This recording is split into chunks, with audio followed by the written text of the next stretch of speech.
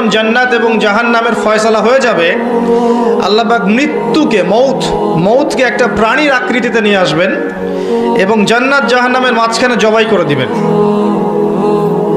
কুল্লু নাফসিন যায়িকাতুল মাউত, শুনেছেন না যে প্রত্যেক নফসকে কি করতে হবে? মৃত্যুর স্বাদ গ্রহণ করতে হবে। মৃত্যুকেও মৃত্যুর স্বাদ গ্রহণ করতে হবে। চিন্তা করতে পারেন, মৌত এটাকে আল্লাহ পাক একটা প্রাণীর আকৃতিতে নিয়ে আসবেন জান্নাত জাহান্নামের মাঝখানে। যখন জান্নাতীদের ফয়সালা হয়ে যাবে, জাহান্নামীদেরও ফয়সালা হয়ে যাবে। এবার সেই প্রাণীকে জবাই করে দেওয়া হবে আর বলা হবে আজকের পর জান্নাতীরাও কখনো মরবে না, জাহান্নামীরাও কখনো মরবে না। এই কথা শুনে জান্নাতীদের আনন্দ আরো বেড়ে যাবে, কারণ এই জীবনে আর কোনো মৃত্যু নাই। আর এই কথা শোনার সাথে সাথে জাহান্নামীদের আফসোসও আরো বেড়ে যাবে, হায় যদি মৌত থাকতো হয়তো আযাব নিতে নিতে মরে যেতাম। এখন আর সেই সৌভাগ্যটা হবে না। সুম্মা লা ইয়ামুতু ফিহা ওয়া লা ইয়াহয়া, জাহান্নামে তারা বাঁচবেও না মরবেও না। আল্লাহ পাকের সমীকরণ খুব সহজ। যদি পৃথিবীতে আমরা আল্লাহ এবং তার রাসূলের আনুগত্য করি, ইনশাআল্লাহ তাআলা সেই জান্নাতে ফিরে যাব যেখান থেকে এখানে এসেছি। আমরা কি পৃথিবীর প্রাণী ছিলাম? আমরা কিন্তু পৃথিবীর অধিবাসী ছিলাম না। আজকে দেখেন না পশ্চিমা বিশ্ব কি করে, এলিয়েন খুঁজে বেড়ায় না? কথা বোঝা যায়? পশ্চিমা বিশ্ব কি করে? এলিয়েন খোঁজে না? তারা নিজেরা জানেই না যে আমরা এই পৃথিবীতে এসেছি জান্নাত থেকে। আমরা নিজেরাই তো এই পৃথিবীর বাসিন্দা নই। সুবহানাল্লাহ। আমরা কোথায় ছিলাম? জান্নাতে ছিলাম। আমাদের বাবা মা কোথায় ছিলেন? এই পৃথিবীতে আমরা আল্লাহর হুকুম এসেছি নির্দিষ্ট সময়ের জন্য, থাকবো। এর পরে কোথায় যাব? কোথায় যাব? জান্নাতে যাব ইনশাআল্লাহ। ইনশাআল্লাহ তাআলা। আল্লাহ পাক অনেক দয়াময়। আল্লাহ রাব্বুল আলামিনের কাছে 100 ভাগ রহমত আছে। তার এক ভাগ রহমত আল্লাহ পাক সমস্ত সৃষ্টির মধ্যে দিয়েছেন। বাবা মাকে ভালোবাসে, আমরা মাকে ভালোবাসি, আমরা বাবাকে ভালোবাসি, স্বামী স্ত্রীকে ভালোবাসে, আমরা সন্তানদেরকে ভালোবাসি। তারপরে দেখবেন গবাদি পশু, এরা তাদের বাচ্চাকে ভালোবাসে না? একটা কুকুর পর্যন্ত ওর বাচ্চাকে ভালোবাসে না? এগুলো সব ওই 1 ভাগ রহমতের ফল, মাত্র 1 ভাগ। আর বাকি 99 ভাগ রহমত আল্লাহ পাক নিজের কাছে রেখেছেন। এই রহমত দিয়ে আল্লাহ পাক কিয়ামতের মাঠে আমাদেরকে দয়া করবেন। তো ইনশাআল্লাহ আশা করা যায় আমরা জান্নাতে যাব। রাসূলুল্লাহ সাল্লাল্লাহু আলাইহি ওয়াসাল্লামকে আল্লাহ পাক মেরাজের রাতে একটা ওয়াদা করেছেন, শুনবেন? আল্লাহ পাক বলেছেন, তোমার উম্মতের মধ্যে যে আমার সাথে শিরিক না করে পরকালে সাক্ষাৎ করবে আমার সাথে, ইনশাআল্লাহ আমি তাকে মাফ করে দেব। তাহলে সবচেয়ে বড় পাপ কোনটা? তাহলে শিরক। ইন্নাশ শিরকা লাযুলমুন আযীম। শিরক সবচেয়ে মহান জুলুম, বড় জুলুম, সবচেয়ে বড় পাপ। দুর্ভাগ্যজনক হচ্ছে মুসলিমরা এখন জানে না শিরক কি জিনিস। অমুসলিমরা তো শিরক করেই, আল্লাহ ছাড়া অন্য কারো পূজা করে না? গাছপালা, নদী নালা, পাহাড় পর্বতের পূজা করে না? আবার কিছু অমুসলিম আছে, ওরা বলে আল্লাহ 3 জন, নাউযুবিল্লাহ। কেউ কেউ বলে ওজায়ের আল্লাহর সন্তান, বলে না? ওয়াকালাতিল ইয়াহুদ উযাইরুন ইবনুল্লাহ, ইহুদিরা বলে ওজায়ের আল্লাহর সন্তান, নাউযুবিল্লাহ। ওয়াকালাতিন নাসারাল মাসীহ ইবনুল্লাহ, নাসারা বা খ্রিস্টান তারা কি বলে? ঈসা ইবনে মারইয়াম আল্লাহর পুত্র, নাউযুবিল্লাহ। এই যে 25শে ডিসেম্বরে যারা মেরি ক্রিসমাস বলেছে, এরাও সাক্ষ্য দিয়েছে যে 25শে ডিসেম্বর আল্লাহ পাক সন্তান জন্ম দিয়েছেন, নাউযুবিল্লাহ। মেরি ক্রিসমাস বলার সাথে সাথেই মুসলিমের লিস্ট থেকে নাম কাটা পড়ে গেছে। মেরি ক্রিসমাস যে বলেছে, বলার সাথে সাথেই মুসলিমের লিস্ট থেকে নাম কাটা পড়ে গেছে। কারণ যদি সে বলে থাকে মেরি ক্রিসমাস, তাহলে সে সাক্ষী দিচ্ছে ওই দিন 25শে ডিসেম্বর আল্লাহ পাক ঈসা ইবনে মারইয়ামকে জন্ম দিয়েছেন, নাউযুবিল্লাহ। তারপরে মুসলিম থাকতে পারে? আবার সাক্ষ্য দেওয়া লাগবে, আশহাদু আল্লা ইলাহা ইল্লাল্লাহ ওয়া আন্না মুহাম্মাদান আবদুহু ওয়া রাসূলুহু, তারপর ইসলামের দিকে আসবে। এত সহজ নয়। মুসলিমরা তো শিরক করছে, অমুসলিমরা তো শিরক করছেই, মুসলিমরাও শিরক করছে। এখন অনেক অমুসলিম বলছে যে আল্লাহ 3 জন, আল্লাহ, জিবরিল, ঈসা ইবনে মারইয়াম, নাউযুবিল্লাহ। তো এই যে শিরক, এটা কিন্তু শুধু ইবাদতের ক্ষেত্রে নয়, প্রত্যেকটা ক্ষেত্রেই শিরক আছে। আমি আপনাকে দেখাচ্ছি। তার আগে একটা হাদিস শোনেন। সহিহ বুখারীতে 4 বার এসেছে হাদিসটা, 1 বার 2 বার না, 4 বার। আল্লাহ রাব্বুল আলামিন আদম আলাইহিস সালামকে ডাকবেন কিয়ামতের মাঠে। আদম আলাইহিস সালাম আসবেন। ওই দিন তো আপনারা জানেন কোন নবী সুপারিশ করতে পারবে? সবাই হাঁটুর ভরে ইয়া নাফসি। আদম আলাইহিস সালাম ইয়া নাফসি, নবী মূসা ইয়া নাফসি, ঈসা ইবনে মারইয়াম ইয়া নাফসি, দাউদ, সুলাইমান, ইব্রাহিম, ইসমাঈল, ইসহাক, ইয়াকুব, সবাই। শুধু মুহাম্মদ সাল্লাল্লাহু আলাইহি ওয়াসাল্লাম বলবেন কি ইয়া উম্মতি ইয়া উম্মতি। একজন মানুষ যার আদর্শ ফলো করতে এখন যুবকদের লজ্জা লাগে, তাই না? দাড়ি ছাড়তে লজ্জা লাগে না? এখন দাড়ি রাখলে বলে ব্যাকডেটেড হয়ে গেছে, মৌলবাদী হয়ে গেছে, সন্ত্রাসী হয়ে গেছে, বলে না? টাকনুর উপর কাপড় তুলতে লজ্জা লাগে, তাই না? নবীর মতো পোশাক পরতে লজ্জা লাগে, তার মতো চুল রাখলে লজ্জা লাগে, তার মতো সালাত, তাবলীগ, তার মতো ইসলামের প্রচার, দ্বীনের ইলম অন্বেষণ করা, মসজিদে পড়ে থাকা, জিকির করা, এগুলো করলে মনে হয় পিছায় পড়লাম, তাই না? এখন কনসেপ্ট এমন চলে আসছে না? এগুলো গিলানো হচ্ছে না? এগুলো গিলানো হচ্ছে। কিন্তু সেই একমাত্র ব্যক্তি মুহাম্মদ সাল্লাল্লাহু আলাইহি ওয়াসাল্লাম, যার চেয়ে বিচক্ষণ স্মার্ট কোনো ব্যক্তিত্ব পৃথিবীতে ছিল না, আসবেও না, যার পূর্বের সমস্ত গুনাহ মাফ, পিছনের সমস্ত গুনাহ মাফ, যিনি হচ্ছেন আমাদের উসওয়াতুল হাসানা, তাই নয় কি? Role model. আপনার রোল মডেল, আপনি কাকে ফলো করবেন? একটা মানুষ কি সরাসরি আল্লাহকে পেতে পারে? একটা মাধ্যম লাগবে না? মাধ্যমটাকে আমাদের মুহাম্মদ সাল্লাল্লাহু আলাইহি ওয়াসাল্লাম। তার সাথে যার কথা মিলে যাবে আপনি নেবেন, তার আদর্শের সাথে যার কথাই মিলে যাবে আপনি গ্রহণ করবেন। যদি না মেলে গ্রহণ করবেন না। উনি আপনার উসওয়াতুল হাসানা, আপনার রোল মডেল, সুপার হিরো আপনার জন্য, তাই নয় কি? আর তাকে ফলোটা কি করবেন? শুধু ইবাদত বন্দেগীর জীবনে না জীবনের সব ক্ষেত্রে? এই আকীদা পরিষ্কার রাখবেন। শুধু ইবাদতের ক্ষেত্রে আমি মুহাম্মদ সাল্লাল্লাহু আলাইহি ওয়াসাল্লামের উম্মত, আর অর্থনৈতিক জীবনে, সামাজিক জীবনে, পলিটিক্যাল লাইফে বা পারিবারিক লাইফে আমি তার উম্মত নই, এমনটা যেন না হয়। প্রত্যেকটা ক্ষেত্রে আমাদের উসওয়াকে হাসানাকে, রোল মডেলকে মুহাম্মদ সাল্লাল্লাহু আলাইহি ওয়াসাল্লাম। এই কথাটা কি মৌলবাদী কথা? আচ্ছা, এটাও খেয়াল রাখবেন। না বললেন কেন? এটা অবশ্যই ফান্ডামেন্টাল কথা, এটা অবশ্যই একটা ফান্ডামেন্টাল কথা। কারণ ইসলামের কিছু বেসিক ফান্ডামেন্টাল আছে। আল্লাহ বিশ্বাস করতে হবে, করতে হবে না? মালায়েকায় বিশ্বাস করতে হবে না? আসমানি কিতাব সমূহে করতে হবে না? সমস্ত নবী রাসূলকে বিশ্বাস করতে হবে কি না? পরকালে বিশ্বাস করতে হবে না? তাকদীরের ভালো মন্দ বিশ্বাস করতে হবে? মুহাম্মদ সাল্লাল্লাহু আলাইহি ওয়াসাল্লামকে আদর্শ মানতে হবে। এই প্রত্যেকটা মূলনীতি নয় কি? এই মূলনীতি মেনে না চললে কেউ মুসলিম হতে পারবে, মুমিন হতে পারবে? অতএব এই ফান্ডামেন্টাল পিলারগুলোতে বিশ্বাস করতেই হবে। অতএব সবাই আমরা মৌলবাদী, কোনো সমস্যা নেই। কথা বুঝতে পারছেন? এই প্রত্যেকটা বিষয়ে মানতেই তো হবে, এগুলো তো মৌলিক বিষয়। না মানলে তো আপনি মুসলিম হতে পারছেন না, তাই নয় কি? হ্যাঁ, ইসলামকে নিয়ে গোরামি করব না, ঠিক আছে। ইসলামকে জোর করে কার উপর চাপাই দিব না। লা ইকরাহা ফিদ-দীন, দিনে কোনো জবরদস্তি আছে? ক্বাদ তাবায়্যানা রুশদু মিনাল গায়, একদম স্পষ্ট হয়ে গেছে না? আলো অন্ধকার, হেদায়েত এবং গুমরাহি স্পষ্ট হয়ে গেছে না? ইসলামে কোনো জবরদস্তি নেই, বাড়াবাড়ি নাই। কিন্তু ইসলামের মৌলিক বিষয়গুলো তো মেনে চলতেই হবে, তাই নয় কি? যদি না চলি তাহলে কি মুসলিম হতে পারবো? মুহাম্মদ সাল্লাল্লাহু আলাইহি ওয়াসাল্লাম আপনার রোল মডেল প্রত্যেকটা ক্ষেত্রে। আপনার ইবাদত বন্দেগীর জীবনে, আপনার পারিবারিক জীবনে, অর্থনৈতিক জীবনে, সামাজিক জীবনে, প্রত্যেকটা ক্ষেত্রে কে রোল মডেল?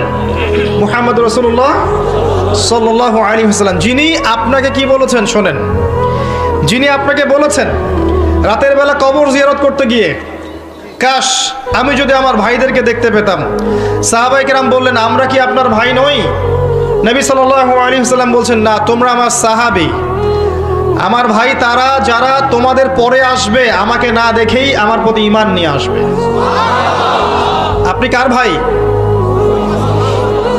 তিনি সেই ব্যক্তি মুহাম্মদ সাল্লাল্লাহু আলাইহি ওয়াসাল্লাম যাকে কবরে দেখানো হবে, দেখিয়ে বলা হবে, মান হাযার রাজুল বুইসা ফীকুম, এই ব্যক্তিকে যাকে তোমাদের কাছে পাঠানো হয়েছিল। তখন কি বলবেন? লা আদরি, লা আদরি, আমি জানি না। কি বলবেন? তিনি রাসূলুল্লাহ সাল্লাল্লাহু আলাইহি ওয়াসাল্লাম। কে বলতে পারবে এটা? যে সারাদিন সারা জীবন মুহাম্মদ সাল্লাল্লাহু আলাইহি ওয়াসাল্লামের সুন্নাহ মানে নাই, সে বলতে পারবে? নাকি যে জীবনের শুরু থেকে শেষ পর্যন্ত রাসূলের আদর্শে চলেছে সে বলতে পারবে? কে? অতএব কার আদর্শ মানতে হবে? আচ্ছা, যদি কেউ তার আদর্শ বাদ দিয়ে অন্য কার আদর্শ মানে, তার কি হবে? সে ব্যক্তি কি করবে? সূরা ফুরকান পড়ে দেখেন। ইয়াউমা ইয়া'আদ্দু যালিমু আলা ইয়াদাইহি, জালেমরা সেদিন হাত কামড় দিবে। আর কি বলবে? ইয়া লাইতানি, আরেকটা কি, ইয়া লাইতানি ইত্তাখাযতু মা'আর রাসূলি সাবিলা, হায় আমার দুর্ভাগ্য যদি আমি সারা জীবন রাসূলের পথ অনুসরণ করতাম।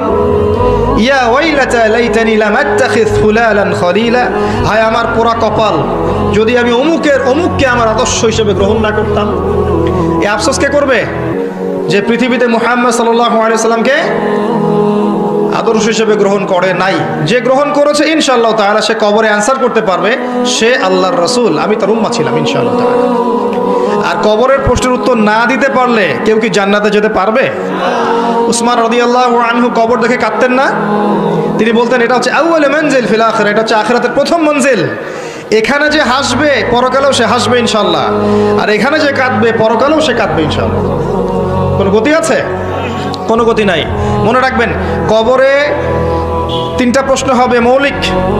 দুনিয়াতে যে আল্লাহর সাথে শিরিক করেছে সে কোশ্চিনকালেও মান রব্বুক উত্তর দিতে পারবে না। দুনিয়াতে যে তাওহীদের উপর থেকেছে সেই একমাত্র ব্যক্তি যে কবরের উত্তর দিতে পারবে ইনশাআল্লাহ তাআলা। দুনিয়াতে যে ব্যক্তি দ্বীন ইসলামকে পরিপূর্ণরূপে গ্রহণ করেছে সে মা দিনুক উত্তর দিতে পারবে ইনশাআল্লাহ। আর দুনিয়াতে ইসলামকে যে ঠাট্টা খেলার ছলে গ্রহণ করেছে এই কোশ্চিনকালেও উত্তর দিতে পারবে না, পারবে? আর দুনিয়াতে যে রাসূল সাল্লাল্লাহু আলাইহি ওয়াসাল্লামের আদর্শ গ্রহণ করেছে ইনশাআল্লাহ সে তার উত্তর দিতে পারবে, এই ব্যক্তিকে, তোমার নবীকে, পারবে না? আর দুনিয়াতে যে রাসূলের সুন্নাহ মেনে চলে নাই সে কি পারবে? কোশ্চিনকালেও পারবে না। এই ব্যক্তি সেই ব্যক্তি যিনি ইয়া উম্মতি বলবেন, যেদিন সবাই বলবে ইয়া নাফসি ইয়া নাফসি। মুহাম্মদ সাল্লাল্লাহু আলাইহি ওয়াসাল্লাম সেই ব্যক্তি যিনি হাউজে কাউসারের সামনে দাঁড়িয়ে থাকবেন আপনার আমার জন্য, কি হাতে? কাউসারের পানি হাতে। নবী সাল্লাল্লাহু আলাইহি ওয়াসাল্লামকে কষ্ট দিয়েছিল কিছু মানুষ, তারা বলেছিল যে তোমার তো সন্তান বেঁচে থাকে না, পুত্র সন্তান বেঁচে থাকে না। নবী সাল্লাল্লাহু আলাইহি ওয়াসাল্লাম মনে কষ্ট পেয়েছিলেন। এদিক থেকে কথা আসছে কি জন্য ভাই? কি সমস্যা আপনাদের? কোনো সমস্যা থাকলে চলে যান, যদি প্রবলেম হয় চলে যান। লিসেন, এখানে বহু মানুষ বসে আছেন নিশ্চুপ হয়ে, তারা নিশ্চুপ হয়ে কথা শুনছেন, এখানে আপনি কথা বলছেন। আচ্ছা আসেন, লেকচারে আসেন। মুহাম্মদ সাল্লাল্লাহু আলাইহি ওয়াসাল্লাম কি নিয়ে দাঁড়িয়ে থাকবেন ভাই? হাউজে কাউসারের পানি। নবী সাল্লাল্লাহু আলাইহি ওয়াসাল্লাম মন খারাপ করেছিলেন যখন তাকে বলেছিল যে তুমি লেজ কাটা, নাউযুবিল্লাহ। আমাদের নবী এমন একজন ব্যক্তি ছিলেন যিনি মনে কষ্ট পেলে আল্লাহ পাক শুনে ফেলতেন না? তিনি মনে কষ্ট পেলেও আল্লাহ পাক তার পক্ষে আয়াত নাজিল করতেন। তিনি আকাশের দিকে মুখ তুলে তাকাচ্ছিলেন, মনে মনে ইচ্ছা করছিলেন যদি কিবলাটা পরিবর্তন হতো, যদি বাইতুল মাকদাসের দিকে না মুখ করে আমাকে কাবার ঘরে মুখ করার অনুমতি দেওয়া হতো।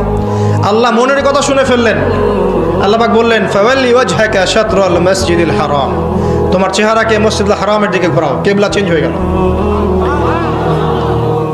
আমাদের নবী সাল্লাল্লাহু আলাইহি ওয়াসাল্লাম বাসায় ছিলেন, বাহির থেকে কিছু বেদুইন তাকে ডাকছিল, ইয়া মুহাম্মদ ইয়া মুহাম্মদ আখরিজ ইলাইনা, আমাদের দিকে আসেন, আমাদের দিকে আসেন। একটু জোরে কথা বলছিল। আল্লাহ পাক আয়াত নাজিল করেছে, সূরা হুজুরাত পড়ে দেখবেন। যখন তিনি বাসায় থাকবেন তখন তোমাদের জন্য উচিত ছিল সবর করা, এটাই তোমাদের জন্য কল্যাণকর ছিল। আল্লাহ সহ্য করেন না নবীর মনের কষ্ট, সহ্য করেন।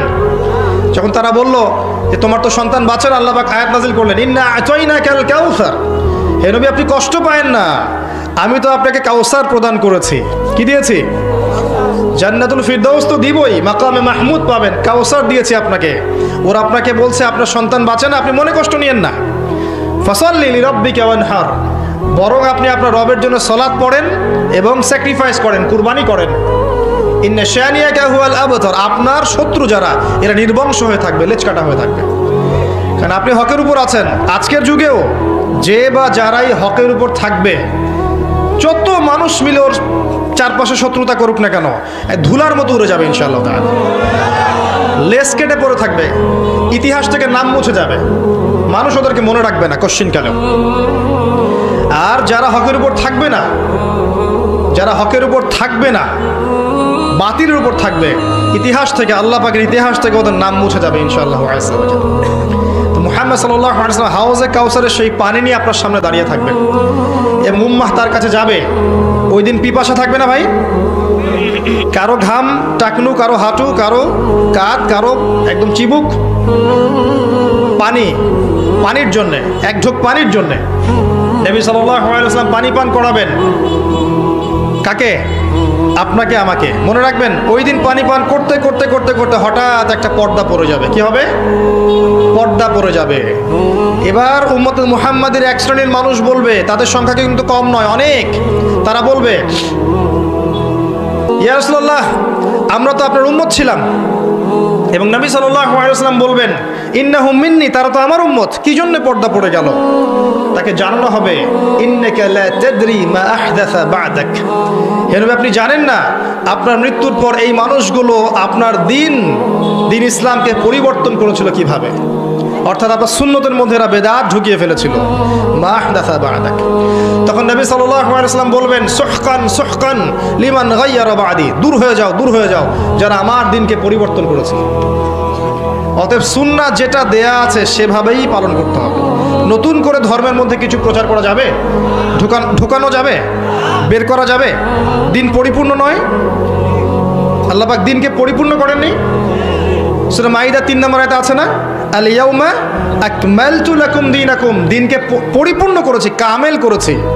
ওয়া আতমামতু আলাইকুম নি'মাতি ওয়া রাদিতু লাকুমুল ইসলাম দীনান, স্পষ্ট কথা আছে।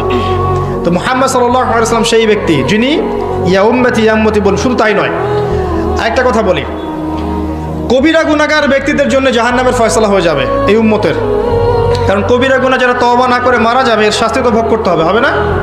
আর কবিরা গুনাহ কি কি জানেন তো? কিতাবুল কাবায়ের আছে, বাজারে কিনতে পাওয়া যায়। সেখানে অনেকগুলো কবিরা গুনাহ লিস্ট করা আছে।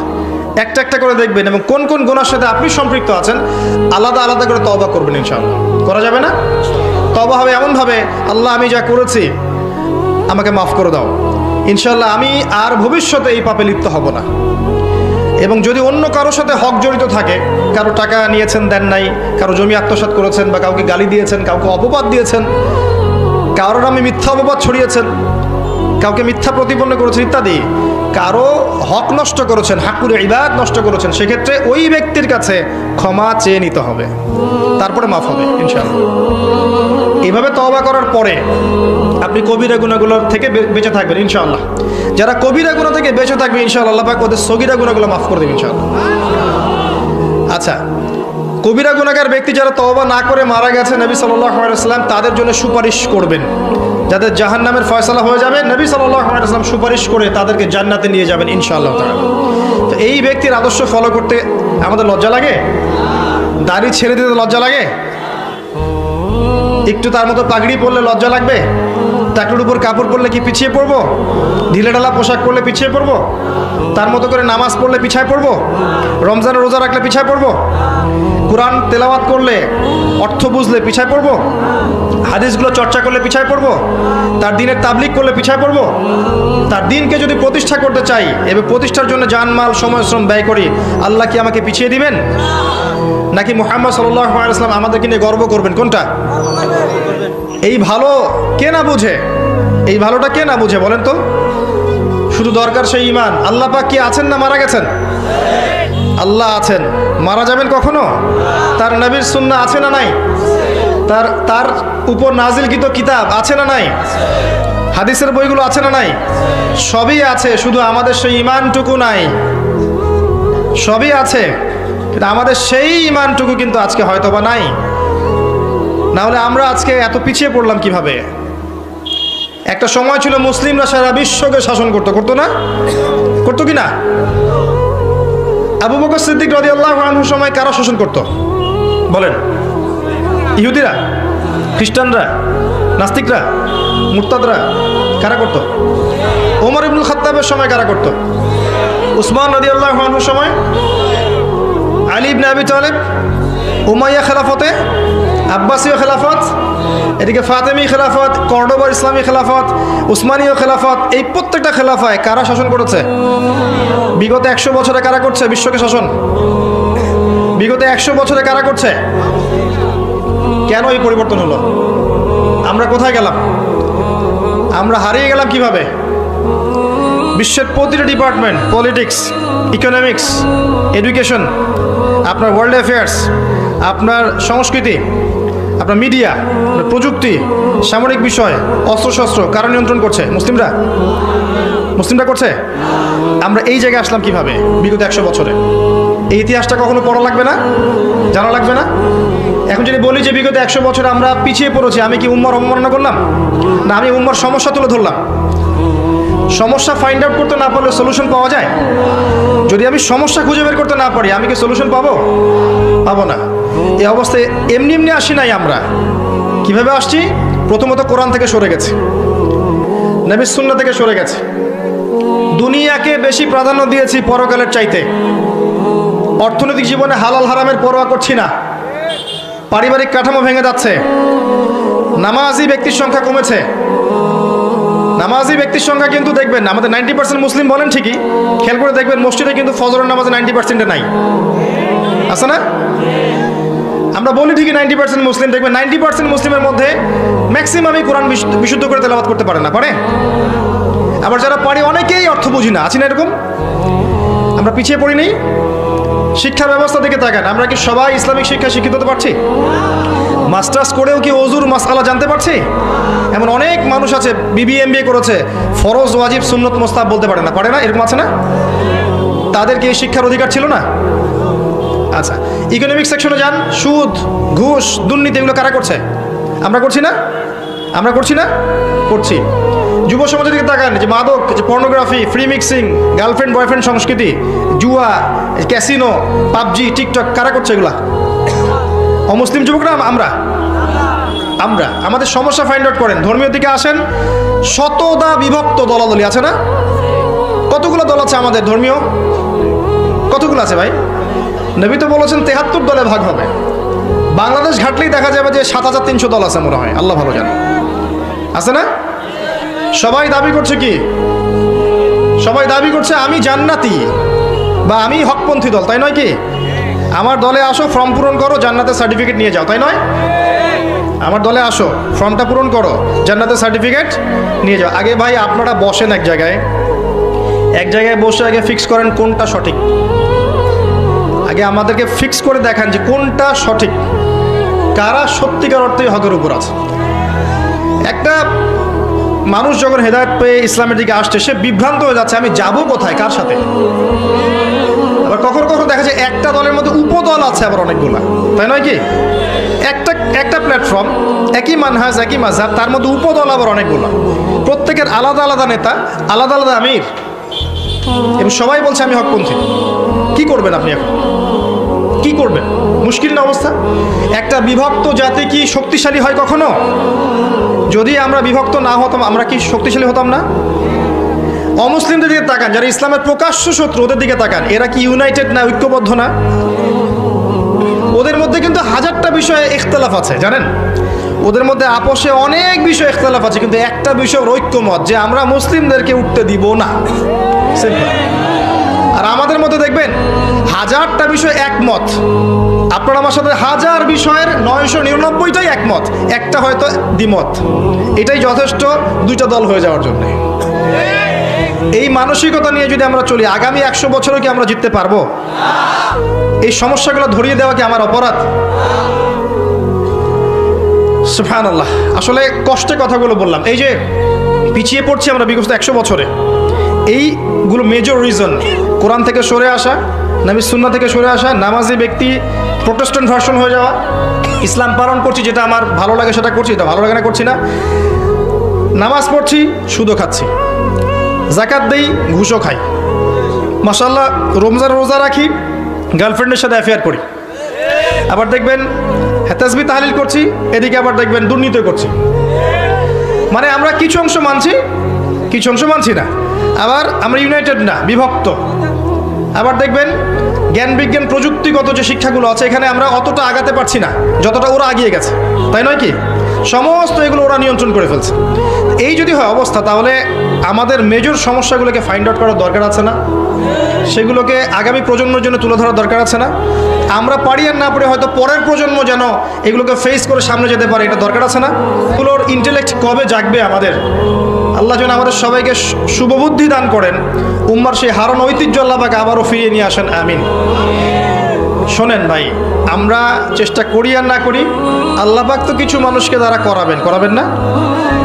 আল্লাহ রাসূল সাল্লাল্লাহু আলাইহি ওয়াসাল্লাম কি বলেন নাই জেরুজালেম থেকে খিলাফা আসছে, ঈসা ইবনে মারইয়াম আসবেন, আল মাহদি আসবেন, ওই মাসিহুদ দাজ্জালকে হত্যা করা হবে, 40 বছর বিশ্বে খেলাফা থাকবে, এরপর মানুষ আবার খারাপ হওয়া শুরু করবে, তাদের সামনে কিয়ামত হবে? এগুলো কি হাদিসে নেই?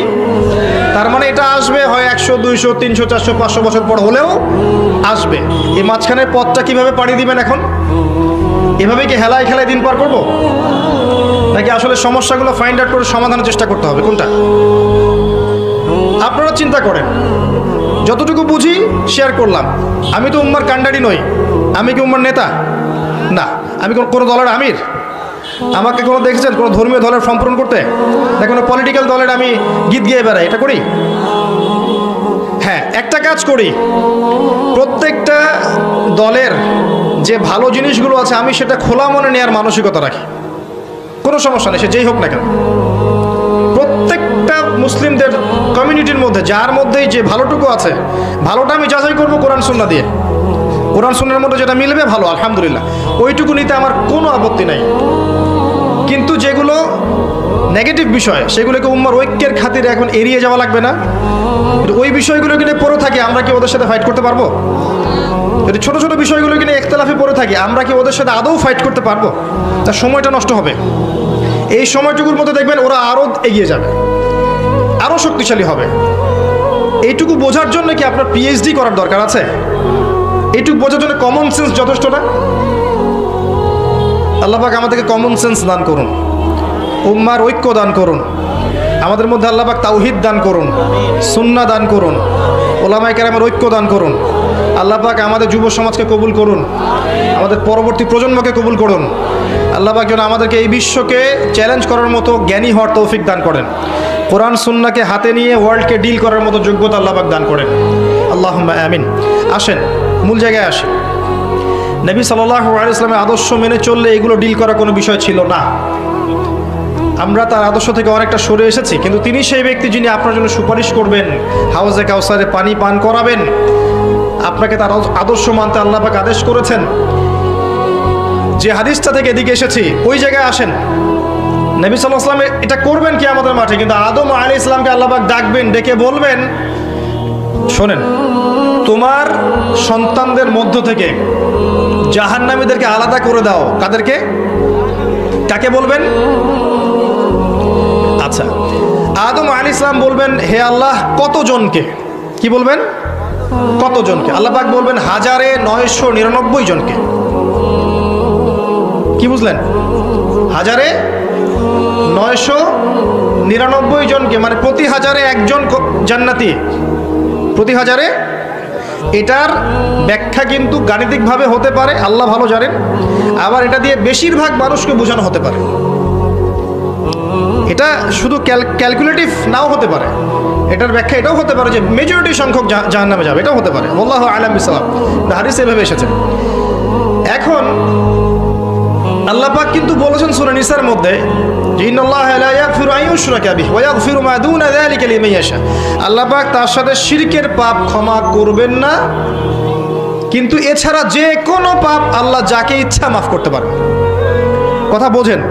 আল্লাহ বলেছেন আল্লাহ পাক শিরক ছাড়া অন্য যে কোনো পাপ যাকে ইচ্ছা মাফ করতে পারেন। কথা কি বুঝতে পারছেন? আচ্ছা, তাহলে এই যে মেজরিটি সংখ্যক মানুষ জাহান্নামে যাচ্ছে, এদের আমলনামায় কোন পাপটা থাকতে পারে? কথা কি বুঝতে পারছেন? কারণ শিরক ছাড়া অন্য পাপ থাকলে আল্লাহ তো চাইলে মাফ করতে পারতেন, তাই নয় কি? একটা পাপ আল্লাহ পাক তওবা না করে মারা গেলে মাফ করবেন না, এটা আল্লাহ পাক বলেছেন। এমনকি নবী সাল্লাল্লাহু আলাইহি ওয়াসাল্লামকে বলেছেন, লাইন আশরাকতা লা ইয়াহবাতান্না আমালুক, তুমি যদি শিরক করো তোমার আমল নষ্ট করে দেব আমি। তো বুঝতে পারলাম শিরকের পাপ ছাড়া অন্য যে কোনো পাপ আল্লাহ পাক যাকে ইচ্ছা মাফ করতে পারেন। ইন্নাহু মা ইউশরিক বিল্লাহ ফাকাদ হারামাল্লাহু আলাইহিল জান্নাহ ওয়া মা'ওয়াহুন নার ওয়া মা লিযালিমিন মিন আনসার। যে আল্লাহ নিশ্চয়ই যারা আল্লাহর সাথে শিরক করেছে এদের জন্য আল্লাহ পাক জান্নাতকে হারাম করে দিয়েছেন। আর জাহান্নাম অবধারিত করে দিয়েছেন, জালেমদের জন্য কোনো সাহায্যকারী নেই। ওই যে মেরাজের রাতে আল্লাহ পাক বললেন যে তোমার উম্মতের মধ্যে কেউ যদি শিরক না করে মারা যায় আমি তাকে মাফ করে দিব। তাহলে ওই যে বেশিরভাগ মানুষ জাহান্নামে যাচ্ছে কোন পাপের কারণে ভাই? শিরকের পাপের কারণে। এটা বুঝতে পারছেন এখন? আচ্ছা, তার মানে আমাদের সবচেয়ে বেশি সতর্ক থাকতে হবে কোন পাপের ব্যাপারে? শিরকের পাপের ব্যাপারে। এখন আমার প্রশ্ন যে শিরক কাকে বলে সবাই জানি কি না? কত ভাবে শিরক হতে পারে কে বলতে পারবেন? আচ্ছা বলেন, তাওহীদ কয় প্রকার বলেন? তাওহীদ কয় প্রকার? 3 প্রকার। কে বলেছেন? মাশাআল্লাহ, 100 টাকা পুরস্কার আমার পক্ষ থেকে। পড়ে নিয়েন, অবশ্যই নেবেন। তাওহীদ কয় প্রকার? 3 প্রকার। 1 নাম্বার কি? তাওহীদে রুবুবিয়্যাত। আগে কি? তাওহীদে রুবুবিয়্যাত। 2 নাম্বার তাওহীদে উলুহিয়্যাত। 3 নাম্বার তাওহীদে আসমা ও সিফাত। নতুন শুনছেন আজকে? সুবহানাল্লাহ। কেমনে শিরক থেকে বাঁচবেন যদি তাওহীদ না জানেন? একটা বইয়ের নাম বলছে কিতাবুত তাওহীদ। কি নাম? কিতাবুত তাওহীদ। বইটা অবশ্যই কিনবেন অথবা অনলাইন থেকে ডাউনলোড করবেন। আজকে পারবেন? হাত তুলেন, কথা দেন। ওই বইয়ের মধ্যে শিরকের ক্যাটাগরি দেওয়া আছে। শিরক, এটা করলে শিরক হয়, এটা করলে শিরক হয়, এটা করলে শিরক হয়, হাদিস এবং কোরআনের আয়াত সহ। রাইটারের নাম মুহাম্মদ বিন আব্দুল ওয়াহাব। আমি ওয়াহাবি বানাচ্ছি না আপনাদেরকে। ওনার একটা বই আছে কিতাবুত তাওহীদ, এবং এই বইটা অনেক পাবলিকেশনসই কিন্তু প্রচার করেছে, মানে প্রকাশ করেছে। বাংলা বাজারে যান, পাবেন। যেটা আপনার কাছে ভালো মনে হয় কেনেন। ওখানে শিরকের অনেকগুলো ক্যাটাগরিজ আছে। এটা এটা এটা এটা করলে শিরক হয়। এই শিরকগুলো জানবেন, আল্লাহর ওয়াস্তে নিজে এবং পরিবারকে বাঁচাবেন। সমাজ রাষ্ট্র পরে, আগে নিজে এবং নিজের পরিবার। সমাজ রাষ্ট্র পরে, এটা পরে, আগে নিজের পরিবার। পারবেন না ইনশাআল্লাহ তাআলা। এবার আসেন, আমি খুব শর্ট করে বলছি। একমাত্র আল্লাহ রব্বুল আলামিনকেই সৃষ্টিকর্তা, পালনকর্তা, রিজিক দাতা, সন্তান দাতা, ভালো মন্দের মালিক, বিধান দাতা, ইবাদত পাওয়ার মালিক, সেজদা পাওয়ার মালিক, দোয়া পাওয়ার মালিক, কুরবানি পাওয়ার মালিক, নজর মানত পাওয়ার মালিক, সমস্ত রকম ইবাদত, ভয়, ভালোবাসা পাওয়ার মালিককে কে বলে? আল্লাহ। এইটা বিশ্বাস করার নাম হচ্ছে কি? তাওহীদ। এটার নাম কি? একত্ববাদ। সব কিছু কোত্থেকে হয়? সব কোত্থেকে হয়? নাকি অন্য কোথাও থেকে হয়? না সব কিছু জাতিসংঘ থেকে হয়? সব কিছু জাতিসংঘ থেকে হয়? কোত্থেকে হয়? এখন বিশ্বের সব কিছু ওখান থেকে হয়, সব ওখান থেকে হয়। আল্লাহ থেকে সব কিছু হয়। এই কনসেপ্টের নাম কি? তাওহীদ, একত্ববাদ। এখন কেউ যদি বিশ্বাস করে যে আল্লাহ বলতে কেউ নাই, শিরক হবে। কেউ যদি বিশ্বাস করে আল্লাহ আছেন, আরো ইলা আছে, কি হবে? শিরক হবে। কেউ যদি মনে করে আল্লাহ পরকালে পার করাতে পারেন, অমুকও আমাকে, অমুক মৃত মানুষও পার করাতে পারে, কি হবে? আল্লাহ ছাড়া অন্য কারোর জন্য কেউ যদি সেজদা করে, কি হবে? আল্লাহ ছাড়া অন্য কারোর জন্য নজর মানত করলে কি হয়? আল্লাহ ছাড়া অন্য কারোর জন্য কুরবানি করলে কি হবে? আল্লাহ ছাড়া অন্য কারো নামে কসম করলে কি হবে? তাকদীর, ভাগ্যকে অস্বীকার করলে কি হবে? আল্লাহর হালালকে হারাম করলে কি হবে? আল্লাহর হারামকে হালাল করলে, এই সমস্ত কাজ আল্লাহ ছাড়া কেউ সন্তান দিতে পারে বিশ্বাস করলে কি হবে? শিরক হবে। প্রচুর কাজ আছে, এগুলো করলে কি হয়ে যায়? শিরক হয়ে যায়। মনে করেন কেউ নিজের নাম রেখেছে শাহিন শাহ। কি নাম রেখেছে? নামের মানে হচ্ছে রাজাধিরাজ। শাহিন শাহ মানে কি? কারো নাম আছে এখানে শাহিন শাহ? আছে নাকি? রাজাধিরাজ শাহিন শাহ মানে কি? এই নাম শিরক। এই নাম কি? শিরক। নামেও ব্যাপার আছে। নাম রাখতে হবে এমন যেটা তাওহীদপূর্ণ নাম। আব্দুল্লাহ, আল্লাহর বান্দা। নামের মধ্যে বিনয় আছে না? তাওহীদ আছে না? আব্দুর রহমান, আর রহমানের বান্দা, নামের মধ্যে তাওহীদ আছে না? বুঝবেন, ভালো করে বুঝবেন। তো এই যে অনেক বিষয় আছে, আমি একটু সহজ করে দেই। 3 ভাবে শিরক করে মানুষ সাধারণত। একটা হচ্ছে আপনার আকীদায় শিরক হয়, বিশ্বাসে শিরক। কেউ বিশ্বাস করে, মানে কারো বিশ্বাস যে আল্লাহ ছাড়া অন্য কেউ কল্যাণ দিতে পারে, বা আল্লাহ ছাড়া অন্য কেউ অকল্যাণ করতে পারে, বা শুভর মালিক হয়তো আল্লাহ, অশুভের মালিক মনে হয় শয়তান। অথবা কেউ যদি মনে করে ফেরেশতাদের নিজস্ব ক্ষমতা আছে, আল্লাহর ক্ষমতা ছাড়াই ওরা আমার উপকার করতে পারবে।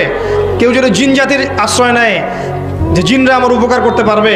কেউ যদি জাদু করে, কাউকে জিনের সাহায্য নিয়ে জাদু করে, বা কেউ যদি মনে করে যে আল্লাহ ছাড়া কেউ সন্তান দিতে পারে, কেউ রিজিক দিতে পারে, কেউ ভালো মন্দের মালিক, ইত্যাদি ইত্যাদি। আল্লাহ ছাড়া কেউ বিধান দিতে পারে, কেউ আমার উপকার করতে পারে, অপকার করতে পারে, কেউ চিন্তা করে, বিশ্বাস করে, এই বিশ্বাসটাই কি শিরক। এটা আকীদাগত শিরক, চিন্তাগত শিরক। আবার কেউ করে কর্মগত শিরক, যেমন কাজ করতে গিয়ে কেউ আল্লাহ ছাড়া অন্য কাউকে সেজদা করলো, করে না? মুসলিমরা কবর পূজা করে না? এই বিষয়গুলো নিয়ে আমাদের কথা নাই, আমাদের মৌলিক বিষয়গুলো নিয়ে কথা নাই। আমরা ব্যস্ত আছি কি নিয়ে জানেন? কে কার ভুল ধরবে এটা নিয়ে। মূল বিষয়, মানুষ শিরিক করে ঈমান খোয়াচ্ছে, কোনো সমস্যা নাই, একটা শব্দ ভুল হয়েছে কিনা ধরো ওটাকে আগে। তো এখনকার মানুষ স্মার্ট, তারা সব বুঝে যে পিছনের কারণগুলো কি। তো বিষয়টা শোনেন, মুসলিমরা কি আল্লাহ ছাড়া অন্য কাউকে সেজদা করছে না? এই যে আল্লাহ ছাড়া অন্য কাউকে সেজদা করছে, আল্লাহ ছাড়া অন্য কারো কাছে দোয়া করছে, আল্লাহ ছাড়া অন্য কারো কাছে নজর মানত করছে, কুরবানি করছে, ইত্যাদি ইত্যাদি, এই কাজগুলো কর্মগত শিরক। কেমন শিরক? ফিআলি কাজ, কর্মগত শিরক। আরেকটা আছে কথা, আপনার কওল, কথা বলতে গিয়ে শিরক। বলে ফেললো যে ভাই কেমন আছেন, বললো আপনার দয়ায় ভালো আছি। কি হলো এটা? ভাই আপনার মায়ের কি খবর? হ্যাঁ মা ভালো আছেন, ডাক্তারটা না আসলে মা মারা যেত। কি হলো এটা? ভাই কিসে করে আসলেন? এই নৌকায় আসছি। তারপর মাঝি খুব ভালো ছিল ভাই, নাহলে নৌকাটা ডুবে যেত। কি এটা? অনেক বিষয় আছে, কথা খুব কেয়ারফুলি বলতে হয়। কেউ গালি দিল যে এই যুগটা ভালো না, এই সময়টাই ভালো না, শিরক হয়ে গেছে। সময়ের মালিক কে? আল্লাহ।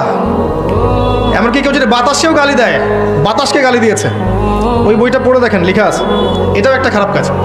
কেউ মনে করেন যে হাতে একটা বালা পড়েছে, হাতে একটা বালা পড়েছে বা কয়েকটা আংটি পড়েছে, এবং তার বিশ্বাস যে এই বালা আমাকে রোগ ব্যাধি থেকে বাঁচাবে, এই আংটি আমাকে বিপদ আপদ থেকে বাঁচাবে। কি হবে এটা? অনেক ব্যাপার আছে, কথা বলতে গেলেও খেয়াল রাখতে হবে যে কি বলছি। ওই যে খেয়াল করে দেখবেন, শোনেন, খেয়াল করে দেখবেন যে মিউজিক শোনেন না আপনারা? শোনেন তো নাকি? অনেকেই শোনে। মিউজিকের গানের লিরিক্সগুলোকে দেখবেন, গানের লিরিক্স বোঝেন? গানের কথাকে বলে লিরিক্স।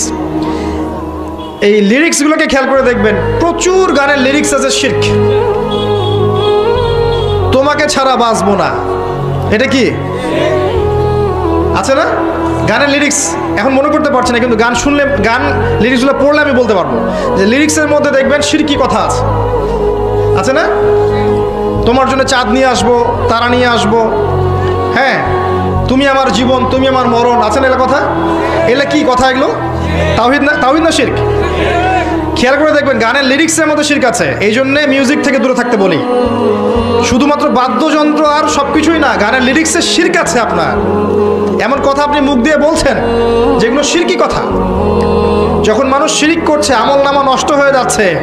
আর বাদ্যযন্ত্র, আপনার অন্য বিষয় তো আরও আছেই, এগুলো তো পরের ইস্যু। গানের কথায় শিরক আছে। অনেক সময় দেখা যায় ইসলামিক সং, নাশিদ, এর মধ্যেও শিরকি কথা ঢুকিয়ে দেওয়া হয়েছে। খুব খেয়াল করে চলতে হবে আর কি। তো এই তিনভাবে শিরক হতে পারে। একভাবে কি চিন্তায়, বিশ্বাসে, আরেকভাবে কর্মগত, একটা কি কথায়। খেয়াল রাখবেন যে কথা, কর্ম এবং চিন্তা, এই তিনটা ক্ষেত্রে যেন শিরক না হয়। এবার হচ্ছে সেই সুসংবাদ।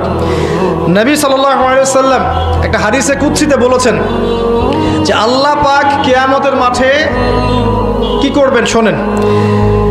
আল্লাহ রাব্বুল আলামিন বলছেন, হে আদম সন্তান, হে আদম সন্তান, তুমি যদি কিয়ামতের মাঠে আমার সামনে এই আসমান জমিন সমান গুনাহ নিয়ে উপস্থিত হও, কিন্তু তোমার আমলনামায় শিরক না থাকে, তাহলে আমি আল্লাহ তোমার সামনে আসমান জমিনের সমান দয়া বা রহমত নিয়ে হাজির হব।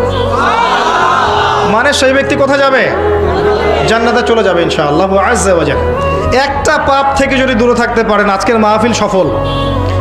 যদি আজকের মাহফিলে একটা লেসন নিয়ে যান যে ভাই যা করেছি যত পাপ তওবা করে নিব, আগামী দিনে যে পাপই হোক না কেন শিরিক কুফরের পাপ যেন না হয়। খুব ডেঞ্জারাস শিরিক আর কুফর নিয়ে বলার সময় পাবো না আজকে, শুধু এতটুকু বলছি, আল্লাহ পাকের বিধিবিধানগুলোকে অস্বীকার করা। আল্লাহ পাক বিধান দিয়েছেন সালাত পড়া, কেউ যদি মনে করে অলসতা করে নামাজ পড়ছে না, এটা এক ধরনের মাসআলা। আর কেউ নামাজকে অস্বীকার করছে যে নামাজ পড়া লাগে না, ওইটা পাপী মানুষদের কাজ। আমি তো পাপ করি না, আমার নামাজের দরকার নেই, আছে না? বলে না আমার ইমান অনেক তাজা আছে, তোমাদের ইমান দুর্বল, তোমরা নামাজ পড়ো, তাই না? অস্বীকার করলেই কুফর, অস্বীকার করলে কি কুফর। আল্লাহ পাক যাকাত দিয়েছেন, কেউ যদি বলে যাকাত আমি মানি না, সাথে সাথে কি হবে? কুফর, এটা কুফরি। আল্লাহর যে বিধানগুলো আছে এগুলোকে যদি কেউ অস্বীকার করে, কুফরি। মানে না এক বিষয়, যে আমি আমল করতে পারছি না, আমি বিশ্বাস করি যে হ্যাঁ এটা আল্লাহর বিধান, আল্লাহ এটা করতে বলেছেন, এটা করতে নিষেধ করেছেন, আমি বিশ্বাস করি, কিন্তু আমি কাজ করতে গিয়ে পারছি না, এটা বিষয় আলাদা। এটার বিষয় কি আলাদা। এই ব্যক্তির তওবার দরজা খোলা আছে, এবং সেই ব্যক্তিকে আপনি ফাসেক জালেম বলতে পারেন। যে ব্যক্তি সরাসরি অস্বীকার করছে, না নামাজ না পড়লেও চলে, নামাজ ফরজ আমি বিশ্বাস করি না, যাকাত ফরজ বিশ্বাস করি না, হ্যাঁ সুদোজা ব্যবসাও তা একই বিষয়, ইসলামের মৌলিক বিষয় নিয়ে কটাক্ষ করে, আরে পর্দা ওই যুগে চলতে ওই যুগে চলে না, ঠিক আছে, ইসলামের বিধানগুলো ওই যুগে চলতে ওই যুগে চলে না, এই যে কুফর অস্বীকার, এটা কি কুফরের মধ্যে পড়বে। শিরক আর কুফর থেকে দূরে থাকতে পারলে ইনশাআল্লাহ জান্নাতে চলে যাবেন। আরেকটা ডেঞ্জারাস কথা বলি, শোনেন, এটা বলি। আমাদের মধ্যে একটা ট্রেন্ড দেখা যায়, শোনেন, আমাদের মধ্যে একটা ট্রেন্ড দেখা যায় যে আমরা অন্য কারো দোষ দেখলেই তাকে কাফের ফতোয়া দেই, তাই না? এবং এটা খুব সহজ হয়ে গেছে আমাদের কাছে। একটা ফল্ট পেলো, হ্যাঁ এই ব্যক্তির মধ্যে এটা আছে, অতএব এটাকে তাবিল করে ঘুরিয়ে ফিরিয়ে অতএব সে কাফের। মনে রাখবেন, যাকে কাফের ফতোয়া দিচ্ছেন সে যদি আল্লাহর কাছে কাফের না হয়, কিয়ামতের মাঠে আপনি কাফের হয়ে উঠবেন ইনশাআল্লাহ তাআলা। আপনি যদি কাউকে কুফরি ফতোয়া দেন, সে যদি তার যোগ্য না হয় আল্লাহর দৃষ্টিতে, তাহলে ওই কুফরি ফতোয়া আপনার উপর গিয়ে বর্তাবে ইনশাআল্লাহ আজ্জা ওয়া জাল। খুব সতর্ক সাবধান, কাউরে ভুলেও কাফের বলতে যায় না এভাবে। মুসলিমদেরকে অ্যাটলিস্ট, মুসলিমদেরকে কোনো পাপের কারণে, কোনো ভুলের কারণে কাফের বলতে যায় না। এটা ডেঞ্জারাস জায়গা, এটা ডেঞ্জারাস জায়গা। এখান থেকে বেঁচে থাকলে আপনি সেফ থাকবেন। সে যদি কোনো কাজ করে যেটা কুফরি, সেটা বলতে হবে তার এই কাজটা কুফরি হতে পারে। কথা বুঝতে পারছেন? বিষয়টা খুব ডেঞ্জারাস। অতএব নিজে আল্লাহর আসনে গিয়ে জাজ করতে যাবেন না, নিজে আল্লাহর আসনে গিয়ে মানুষকে জাজ করতে যাবেন না। বলা যায় না কিয়ামতের মাঠে সেই ব্যক্তি পুলসিরাত পার হয়ে যেতে পারে, আপনার ডেরা আটকে যেতে পারে, আল্লাহ ভালো জানে। তো এই শিরক আর কুফরের পাপ থেকে যদি বেঁচে থাকতে পারেন, আজকের মাহফিল সফল। পারা যাবে ইনশাআল্লাহ। সুসংবাদ, নবী সাল্লাল্লাহু আলাইহি ওয়াসাল্লাম সুসংবাদ কি দিয়েছেন? যে এই উম্মতের যে ব্যক্তি শিরক না করে আল্লাহর সাথে সাক্ষাৎ করবে ইনশাআল্লাহ তাআলা, আল্লাহ পাক তাকে জান্নাতে প্রবেশ করাবেন ইনশাআল্লাহ। যে ব্যক্তি লা ইলাহা ইল্লাল্লাহ এর উপরে থাকবে, দাখালাল জান্নাহ, সে জান্নাতে প্রবেশ করবে ইনশাআল্লাহ। তো আল্লাহ রাব্বুল আলামিন আমাদের সবাইকে যেন শিরকের পাপ থেকে হেফাজত করেন, আমিন। কোন কোন পাপগুলো শিরক, এগুলো জানার তৌফিক দান করেন, আমিন। এবং কোন কোন কাজগুলো কুফর, এগুলো বোঝার তৌফিক দান করেন। শিরক, কুফর, হারাম থেকে আল্লাহ পাক আমাদের সবাইকে হেফাজত করুন, আল্লাহুম্মা আমিন। যখন আমরা তাওহীদের উপর থাকবো, সুন্নতের উপর থাকবো এবং আল্লাহর বিধানের উপর থাকবো, ইনশাআল্লাহ দেখবেন এই জাতি যে সূর্য বীর্য নিয়ে পৃথিবীতে বিচরণ করেছে, আগামী দিনগুলোতে ইনশাআল্লাহ সেই হারানো ঐতিহ্য আবার ফিরে আসবে ইনশাআল্লাহ তাআলা। আপনার বর্তমান ক্ষেত্রে অনেক শিরক আছে, এইগুলো তো বললাম। এখন আপনার এডুকেশনেও কিছু শিরক পাবেন, আপনার ইকোনমিক্সে কিছু শিরক পাবেন, আপনার সোশ্যাল কাজকর্মে কিছু শিরক পাবেন। দুই একটা কথা বলে শেষ করছি, শোনেন। আপনি পড়তে বসেছেন, আপনি জ্ঞান অর্জন করতে বসেছেন, এখন আপনাকে কেউ শিখাচ্ছে যে পরীক্ষা নিরীক্ষা, বিজ্ঞান, যুক্তি, দর্শন দিয়ে যদি কোনো কিছুকে প্রমাণ করা না যায় সেটা জ্ঞান নয়। এই জায়গাটা কঠিন হবে, একটু বোঝেন। পরীক্ষা নিরীক্ষা, যুক্তি, বিজ্ঞান, দর্শন দিয়ে কোনো কিছুকে প্রমাণ না করা গেলে সেটা জ্ঞান নয়, এবং আপনি সেটা গিলছেন। হ্যাঁ ঠিক ঠিক, এটা ঠিক, কথা ঠিক, আপনি গিলছেন। তাহলে আপনি কি করছেন জানেন? আল্লাহ পাকের ইমানের যে 6 পিলার, এই 6 পিলারকে অস্বীকার করছেন। কিভাবে দেখাচ্ছি? আল্লাহ দেখেছেন? আল্লাহকে দেখেছেন? আল্লাহকে কি ল্যাবরেটরিতে প্রমাণ করতে পারবেন? মালায়েকা দেখেছেন? এই জায়গায় ফেরেশতারা ঘিরে রেখেছেন, দেখেছেন? তো ফেরেশতাদেরকে কি পরীক্ষা নিরীক্ষা পর্যবেক্ষণ করে আপনি ল্যাবে প্রমাণ করতে পারবেন? আসমানি কিতাবগুলো দেখেছেন? দেখেছেন? আচ্ছা, আগেরগুলো দেখেছেন? অনেক মুসলিম তো কোরআনও দেখে নাই, আছে না? নবী রসুলগণ দেখেছেন? দেখেন নাই। পরকাল, এই যে কবরের আযাব দেখেছেন? জান্নাত জাহান্নাম, মিজান পুলসিরাত, আমলনামা, কিয়ামতের মাঠ, আল্লাহ পাকের নূর, রূহ, আত্মা দেখেছেন? কিছু দেখেন নাই। এগুলোকে কি ল্যাবে প্রমাণ করতে পারবেন? পারবেন? আচ্ছা, তাকদীর, ভাগ্যের ভালো মন্দ দেখেছেন? ল্যাবে প্রমাণ করতে পারবেন? আপনার ইমানের 6টা পিলার অদৃশ্য বিশ্বাস, তাই নয় কি? ইমানের 6টা পিলার কি? গায়েবে বিশ্বাস, যালিকাল কিতাব লা রাইবা ফি হুদাল লিল মুত্তাকিন আল্লাযীনা ইউমিনুনা বিল গায়বি। মুত্তাকির প্রথম শর্ত কি? যারা গায়েবে বিশ্বাস করে। ইমানের 6 পিলার গায়েবে নয় কি? গায়েবে নয়। এখন যদি আপনি মেনে নেন যে পরীক্ষা নিরীক্ষা, যুক্তি, দর্শন, বিজ্ঞান দিয়ে প্রমাণ করতে না পারলে জ্ঞান নয়, তাহলে এগুলোকে কি বিশ্বাস করবেন? অতএব আপনি জ্ঞানতাত্ত্বিক যে সংজ্ঞাটা গ্রহণ করেছেন সেই সংজ্ঞার মধ্যেও কিন্তু শিরক আছে। এটা হচ্ছে আপনার আধুনিক বিশ্বের পড়াশোনার ক্ষেত্রে শিরক। কথা বুঝতে পারলেন? জ্ঞান কোত্থেকে আসে? কার পক্ষ থেকে আসে? ওয়াকুল হাক্কু মির রাব্বিকুম, জ্ঞান, হক, সত্য তোমার রবের পক্ষ থেকে আসে। তাই এই এপিস্টিমোলজি সঠিক নয়। আমাদের বিশ্বাস হচ্ছে আমরা গায়েবে বিশ্বাস করি। এই প্রত্যেকটা বিষয় ল্যাবে প্রমাণ করলেও সত্য, না করলেও কি সত্য, এটার নাম ঈমান। আচ্ছা, আরও আছে। আপনি চলেন ইকোনমিক্স ঘুরাই নিয়ে আসি আপনাকে। আল্লাহ ব্যবসাকে হালাল করেছেন না সুদকে? কোনটা হালাল করেছেন? আচ্ছা, আল্লাহ পাক কি বলেন নাই যে ইন্নাল্লাহ ওয়া আহাল্লাল্লাহুল বাই'a ওয়া হাররামা রিবা? আল্লাহ পাক বলেননি? আল্লাহ পাক ব্যবসা হালাল করেছেন আর সুদকে কি করেছেন? কিন্তু এক শ্রেণীর মানুষ তো বলছে ইন্নামাল বাই'উ মিসলুর রিবা, সুদ ব্যবসার মতোই।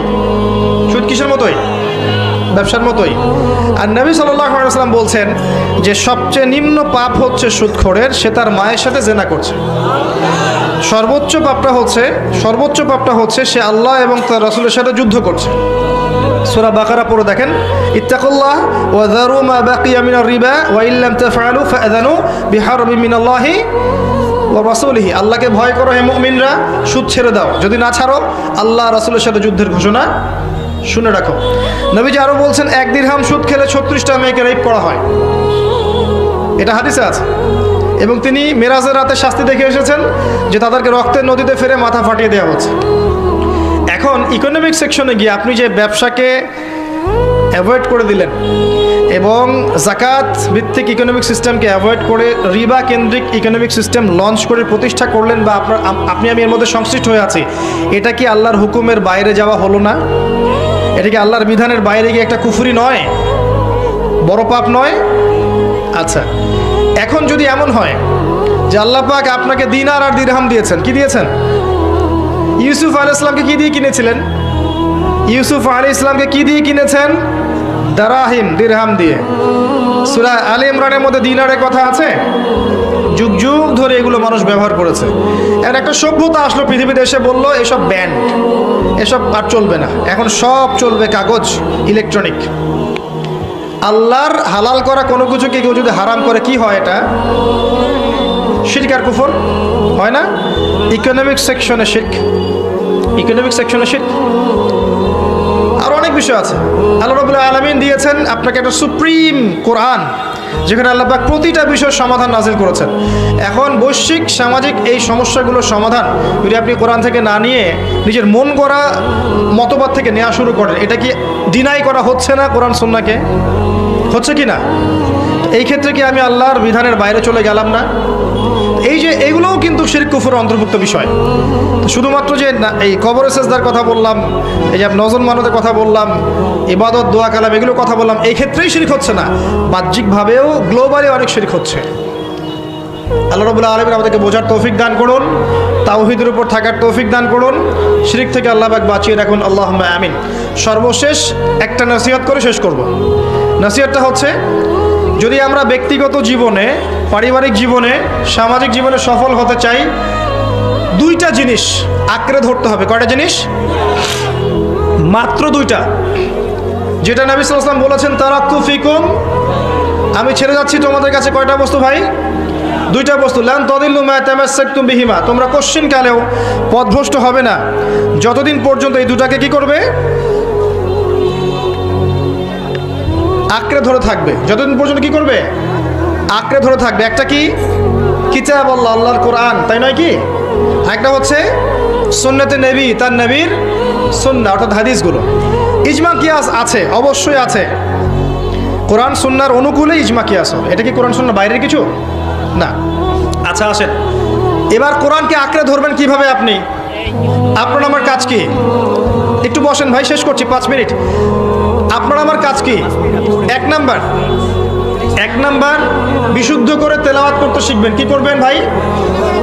বিশুদ্ধ করে তেলাওয়াত করতে শিখবেন, নিয়মিত তেলাওয়াত করবেন। প্রত্যেক হরফে কয় নাকি পাবেন? 10 নাকি পাবেন। এরপরে কিছু অংশ হিফজ করবেন। হিফজ করা যাবে না কিছু অংশ? ইনশাআল্লাহ। এখানেই থেমে যাবেন? এখানেই থেমে যাবেন? যদি এখানেই থেমে যান তাহলে পরের হকগুলো আদায় হচ্ছে না। হচ্ছে? এটাই বলতে চেয়েছি আমি কোশ্চিন কালেও বলতে চাইনি বা বলিনি বা বুঝাইনি যে আপনি কোরআন তেলাওয়াত করবেন না আর হিফজ করবেন না, বা তেলাওয়াত করলে কোরআনের তেলাওয়াত করলে কোনো লাভ নাই, এমন কথা আমি কোশ্চিন কালেও বলিনি। বলেছি শুধু তেলাওয়াত এবং হিফজে সীমাবদ্ধ থেকে যদি আমরা অর্থগুলো না বুঝি, গবেষণা না করি, তাদাব্বুর না করি, তাহলে কোরআনের পূর্ণাঙ্গ হকটা আদায় হচ্ছে না। That's all. এখন আপনি তেলাওয়াত করছি আমরা আলহামদুলিল্লাহ, হিফজ করবো আলহামদুলিল্লাহ, এরপরে আরবিক শিখবো না? আরবি শিখে আলেম ওলামার কাছে যাব না? এবং সেখানে গিয়ে আমরা কোরআনের অর্থ বোঝার চেষ্টা করব না? অর্থগুলো বুঝে আমরা এই অর্থগুলো দিয়ে কোরআন থেকে হেদায়েত নিয়ে সমাজে, পরিবারে, বিশ্বে অ্যাপ্লাই করব না? আল্লাহ পাকি কোরআন শুধুমাত্র আমাদেরকে শুধু কি রিডিং পড়ার জন্য কোরআন নাজিল করেছেন, নাকি কোরআন দিয়ে আমরা যেন সব সমস্যার সমাধান বের করতে পারি এই জন্য নাজিল করেছেন? আল্লাহ পাক কোরআনে কি বলেছেন? যে ওয়ালাকাদ সাররাফনা ফি হাযাল কুরআন লিন-নাস মিন কুল্লি মাসাল, আমি এই কোরআনে মানব জাতির জন্য প্রত্যেকটা বিষয়ের সমাধান নাজিল করেছি। তা আমি যদি না বুঝি কিভাবে সমাধান পাবো? আল্লাহ পাক বলেছেন ওয়ানাজ্জালনা আলাইকাল কিতাব তিবয়ানান লিকুল্লি শাই, এমন একটা কিতাব নাজিল করেছি যে কিতাব প্রত্যেকটা বিষয়ের ব্যাখ্যা। তো প্রতিটা বিষয়ে, সোশ্যাল, পলিটিক্যাল, জিওপলিটিক্যাল, পারিবারিক, আপনার ধর্মীয় সমস্ত সমস্যার সমাধান কোরআনে আছে। ভিতরে না ঢুকলে আমি কেমন করে পাবো? তাই নয় কি? এটা বুঝাতে চেয়েছি। এটা বুঝাতে গিয়ে বলেছি যে আমরা কলেজ লাইফে একটা বই পড়েছিলাম, শেক্সপিয়ারের বই। কলেজ লাইফে একটা বই পড়েছিলাম শেক্সপিয়ারের বই। সেই বইটা খুব কঠিন ছিল, কঠিন ভাষায় লেখা। এখন কেউ যদি, কথা ভালো করে বোঝেন, কেউ যদি ইংরেজি রিডিং পড়তে পারে, জাস্ট ইংরেজি রিডিং পড়তে পারে, বাংলা অর্থ করতে পারে না, ট্রান্সলেট করতে পারে না, জাস্ট রিডিং পড়তে পারে, তাকে ওই বইটা দিলেন আপনি।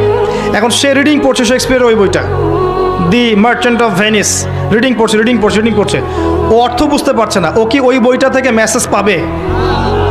এটা কি কোরআনের সাথে বইয়ের তুলনা হলো? মনে করেন কোরআনে মুহাম্মদ সাল্লাল্লাহু আলাইহি ওয়াসাল্লামের নাম আছে না? আগের তাওরাতে নাম আছে না? নাম কিন্তু ছিল আহমদ। সূরা সফ পড়ে দেখেন, আল্লাহ পাক বলেছেন নাম কিন্তু মেনশন করা আছে। আমি যদি বলি যে কোরআনে মুহাম্মদ সাল্লাল্লাহু আলাইহি ওয়াসাল্লামের নাম আছে, আগের আসমানি কিতাবগুলোর মধ্যেও তার নাম ছিল, এটা কি ওই আগের আসমানি কিতাবের সাথে কোরআনকে তুলনা করলাম? আমি এক্সাম্পল দিতে গিয়ে বুঝালাম। আমাদের সমস্যা কি ভাই?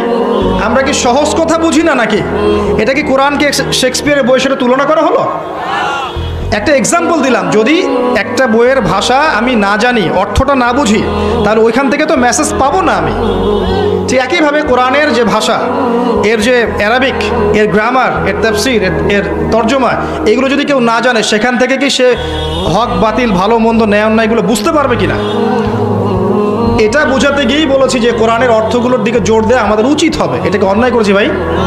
যদি বলেন অন্যায় করেছি, ফাঁসি দিয়ে দেন আমাকে, নাকি কিয়ামতের মাঠে উঠি আমি আল্লাহর কাছে যে আল্লাহ এই কথা বলেছিলাম, ফাঁসি দিয়ে দিয়েছে আমাকে। সুবহানাল্লাহ। ইহুদির দালাল পর্যন্ত শুনতে হলো।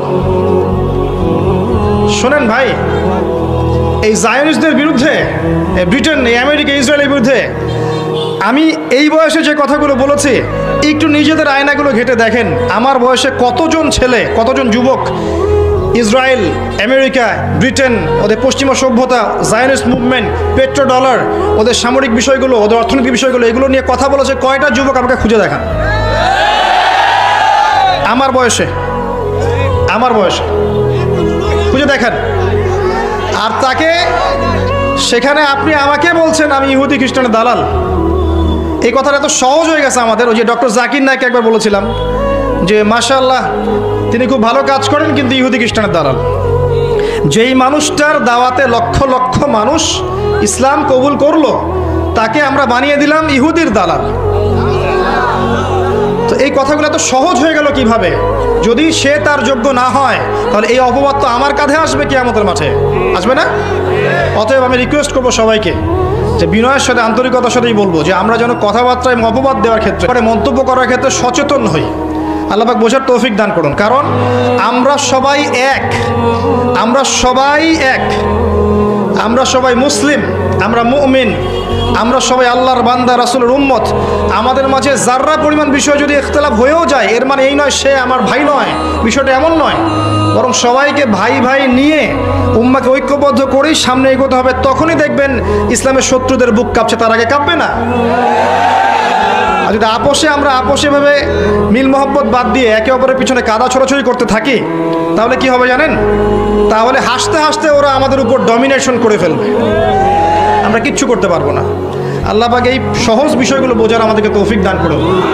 আমরা সবাই একে অপরের ভাই, একে অপরের কল্যাণকামী।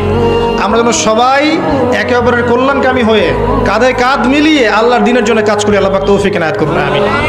এবং আল্লাহ পাক বুঝে না বুঝে, যারা বুঝে বা না বুঝে যারা বিকৃতভাবে উপস্থাপন করেছে বা অন্যের কাছে তুলে ধরেছে, যার ফলে তারা বিভ্রান্ত হয়েছে, আল্লাহ পাক সবাইকে যেন মাফ করে দেয়, আমি দোয়া করছি আল্লাহুম্মা আমিন। এবং হেদায়েত দান করে আল্লাহুম্মা আমিন। ইউটিউবারদেরকে বলবো, প্রচার করার সময় 100% আমানতদারিতার পরিচয় দিবেন এবং সৎ থাকবেন, যেন আপনার ভুল প্রচারে এমন কিছু প্রচার না হয় যাতে উম্মার ক্ষতি হয়ে যায়, উম্মার মাঝে ফাটল সৃষ্টি হয়, একজন আলেম আরেকজন আলেমের বিরুদ্ধে ভুল মন্তব্য করে ফেলে। এগুলো কোনো কোনো ক্ষেত্রে সামাজিক মাধ্যমের ত্রুটির কারণে হয়ে থাকে। আল্লাহ পাক যেন বোঝার তৌফিক দান করেন। স্মার্ট হন, হিকমার সাথে ঠান্ডা মাথায় দিনের কাজ করেন। আল্লাহ পাক এই উম্মাহকে কল্যাণ দিবেন, বরকত দিবেন ইনশাআল্লাহ আজ্জা ওয়া জাল্লা, আমিন। এরপর কি করবেন? অবশ্যই আপনি কোরআনের অর্থ বোঝার চেষ্টা করেন, তারপর আদেশ মানবেন, নিষেধ বর্জন করবেন, কোরআনের দাওয়াত মানুষের কাছে পৌঁছাবেন। ইনশাআল্লাহ তখন দেখবেন আল্লাহর জমিনে আল্লাহর বিধান ইনশাআল্লাহ প্রতিষ্ঠিত হবেই হবে ইনশাআল্লাহ তাআলা। আল্লাহ পাক আমাদের সবাইকে কোরআন এবং রাসূলুল্লাহ সাল্লাল্লাহু আলাইহি ওয়াসাল্লামের সুন্নাহ অনুযায়ী জীবনযাপন করার তৌফিক ইনায়েত করুন, আমিন। শিরক থেকে বাঁচিয়ে রাখুন, আমিন। তাওহীদে থাকার তৌফিক দান করুন, আল্লাহুম্মা আমিন। রাসূলুল্লাহ সাল্লাল্লাহু আলাইহি ওয়াসাল্লামকে উসওয়াতুল হাসানাহ মানার তৌফিক দান করুন, হালাল হারাম মেনে চলার তৌফিক দান করুন। আমাদের মধ্যে যারা অসুস্থ আছে আল্লাহ পাক সবাইকে শিফায়ে কামেলা দান করুন, যারা মারা গেছেন আল্লাহ পাক সবাইকে মাফ করে দিন। মাদ্রাসার বিষয়ে দান এর হাত প্রশস্ত করার আল্লাহ পাক আমাদেরকে তৌফিক দান করুন, আমিন। সবাইকে অনুরোধ করছি আমি যে মাদ্রাসার বিষয়ে আপনারা আপনাদের দানের হাতকে প্রশস্ত করবেন এবং যার যা আছে, যার যতটুকু সামর্থ্য আছে, আল্লাহর ওয়াস্তে আল্লাহর দ্বীনের প্রতিষ্ঠানকে খেদমতের আঞ্জাম দেওয়ার চেষ্টা করেন। আল্লাহ পাক আপনাকে তৌফিক এনায়েত করুন, আমিন। আচ্ছা, কিছু প্রশ্ন আছে আমার কাছে, যদিও আমি আসলে প্রশ্নোত্তর পর্ব অ্যাভয়েড করি, কারণ আমি মুফতি নই আর আমার এত কিছু বলার আসলে উচিত হবে না। যেগুলো আমি সহজ বলতে পারবো সেগুলো বলবো, যেগুলো আমি পারবো না সেগুলো আলেম ওলামার কাছ থেকে অবশ্যই জেনে নেবেন। একটা প্রশ্ন আছে যে কোরআনে তাবলীগ করার ব্যাপারে কিছু বলা হয়েছে কিনা? অবশ্যই বলা হয়েছে। ইয়া আইয়ুহার রাসূল, হে রাসূল, বাল্লিগ মা উনজিলা ইলাইকা মির রাব্বিক, তোমার কাছে তোমার রবের পক্ষ থেকে যা এসেছে এটার তাবলীগ করো। অবশ্যই তাবলীগ করবেন। একটা প্রশ্ন আছে, ওই যে প্রেম নিয়ে প্রশ্ন করেছেন একজন আর কি, যে যুবকরা যে প্রেম করে এই বিষয়ে বলেন কিছু। হ্যাঁ, প্রেম করবেন, সমস্যা কি? বিয়ে করে প্রেম করবেন, আর বিয়ের আগে প্রেম করবেন বইয়ের সাথে। কার সাথে? এই যে বই কিতাব। বিয়ের আগে বউ না, বই। বিয়ের আগে প্রেম করবেন বইয়ের সাথে, বই, বুক, কিতাব। সারাদিন পড়াশোনায় থাকবেন, বই যেন আপনার আপন, এমনভাবে প্রেম করবেন। মাকে ভালোবাসেন, বোনকে ভালোবাসবেন, বাবাকে ভালোবাসবেন, দেশকে ভালোবাসেন, জাতিকে উম্মাকে ভালোবাসেন। বিয়ের পরে স্ত্রীর সাথে প্রেম করবেন, কোনো সমস্যা নেই। বিয়ের আগে করতে যায় না, এটা জেনা। বিয়ের আগে করতে যায় না, সেটা জেনা। যদি সেটা সহি প্রেমও হয় সেটাও করতে যায় না। সহি প্রেম তো বোঝেন, এখন অনেক দিনী ভাই দিনী বোন অনলাইনে প্রেম করেন, মেসেঞ্জারে, হোয়াটসঅ্যাপে, অন্যান্যভাবে। এগুলো আবার সহি নাম দিয়েছে অনেকে আর কি। তো এগুলোতে লিপ্ত হবেন না, নিজে পবিত্র থাকেন, আল্লাহ পাক পবিত্র স্ত্রী দান করবেন ইনশাআল্লাহ তাআলা। আর সত্যিকারের ভালোবাসা সৃষ্টি হবে ইনশাআল্লাহ বিয়ের পর। উমর রাদিয়াল্লাহু আনহুর মতো একজন শাসক যদি থাকতো না, তাহলে সব ডান্ডা মেরে ঠান্ডা করে ফেলানো যেত। এক ব্যক্তি উটের পিঠে একটা বোঝা চাপিয়ে দিয়েছিল, উমর রাদিয়াল্লাহু আনহুর যুগের কথা বলছে। উটের পিঠে বোঝা চাপিয়ে দিয়েছে, এই বোঝায় উট চলতে পারছে না, নুয়ে পড়ছে। উমর রাদিয়াল্লাহু আনহুর হাতে একটা লাঠি ছিল, এই লাঠি দিয়ে সেই ব্যক্তিকে ডেকে তিনি দুটো মাইট দিলেন। দেওয়ার পরে ওই ব্যক্তি বলছে, বিআইয়ি যামবিন আমিরুল মুমিনিন, কোন পাপের কারণে আমাকে মারলেন হে আমিরুল মুমিনিন? তিনি বলছেন যে তুমি কি জানো না যে নবী সাল্লাল্লাহু আলাইহি ওয়াসাল্লাম পশু প্রাণীর অধিকার নিয়ে কথা বলেছেন? তোমার পিঠে যদি এই বোঝা চাপাতাম তুমি কি নিতে পারতে? তোমার কি এই পশু বা প্রাণীর প্রতি কোনো দয়া মনোভাব নাই? এর কোনো হক নাই তোমার কাছে? এত সূক্ষ্ম ছিল তার বিচার, এত সূক্ষ্ম ছিল। আপনারা জানেন না, মনে পড়ে না ওই ঘটনা যে মায়ের বাচ্চারা না খেয়ে শুয়ে আছে, কান্নাকাটি করছে। আমিরুল মুমিনিন ছদ্মবেশে রাত্রেবেলা ঘুরে বেড়াতেন। যখন দেখলেন যে শিশু কান্না করছে, জিজ্ঞাসা করলেন কেন কান্না করছে? বলছেন ফিল আলজু আমিরুল মুমিনিন, ক্ষুধার কারণে। হাদা ওয়াল্লাহি হাদা বাইনি ও বাইনা ওমর, আল্লাহর কসম করে বলছি এটা ওমর আর আমার মাঝখানের ব্যাপার। এই মহিলা বলছে। ওমর রাদিয়াল্লাহু আনহুর কলিজাটা কেঁপে উঠেছিল। তিনি বলেছেন আল ফারাজুন করিব ফান্তাজিরি, অপেক্ষা করো হে আমার বোন, নিশ্চয়ই উদ্ধার নিকটেই। ফরজন করিব।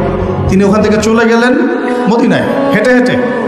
সেখানে গিয়ে নিজের পিঠে সে আটা বা ময়দা যেটা বলি আমরা, এগুলোর বস্তা উঠালেন, জব এই টাইপের উঠিয়ে নিজে হেঁটে হেঁটে এই বস্তা কাঁধে বহন করে মহিলার বাসা পর্যন্ত এসে নিজ হাতে তাকে রান্না বান্না করিয়ে বাচ্চাদেরকে খাইয়ে দিলেন। তারপর আল্লাহর কাছে ইস্তেগফার করছেন।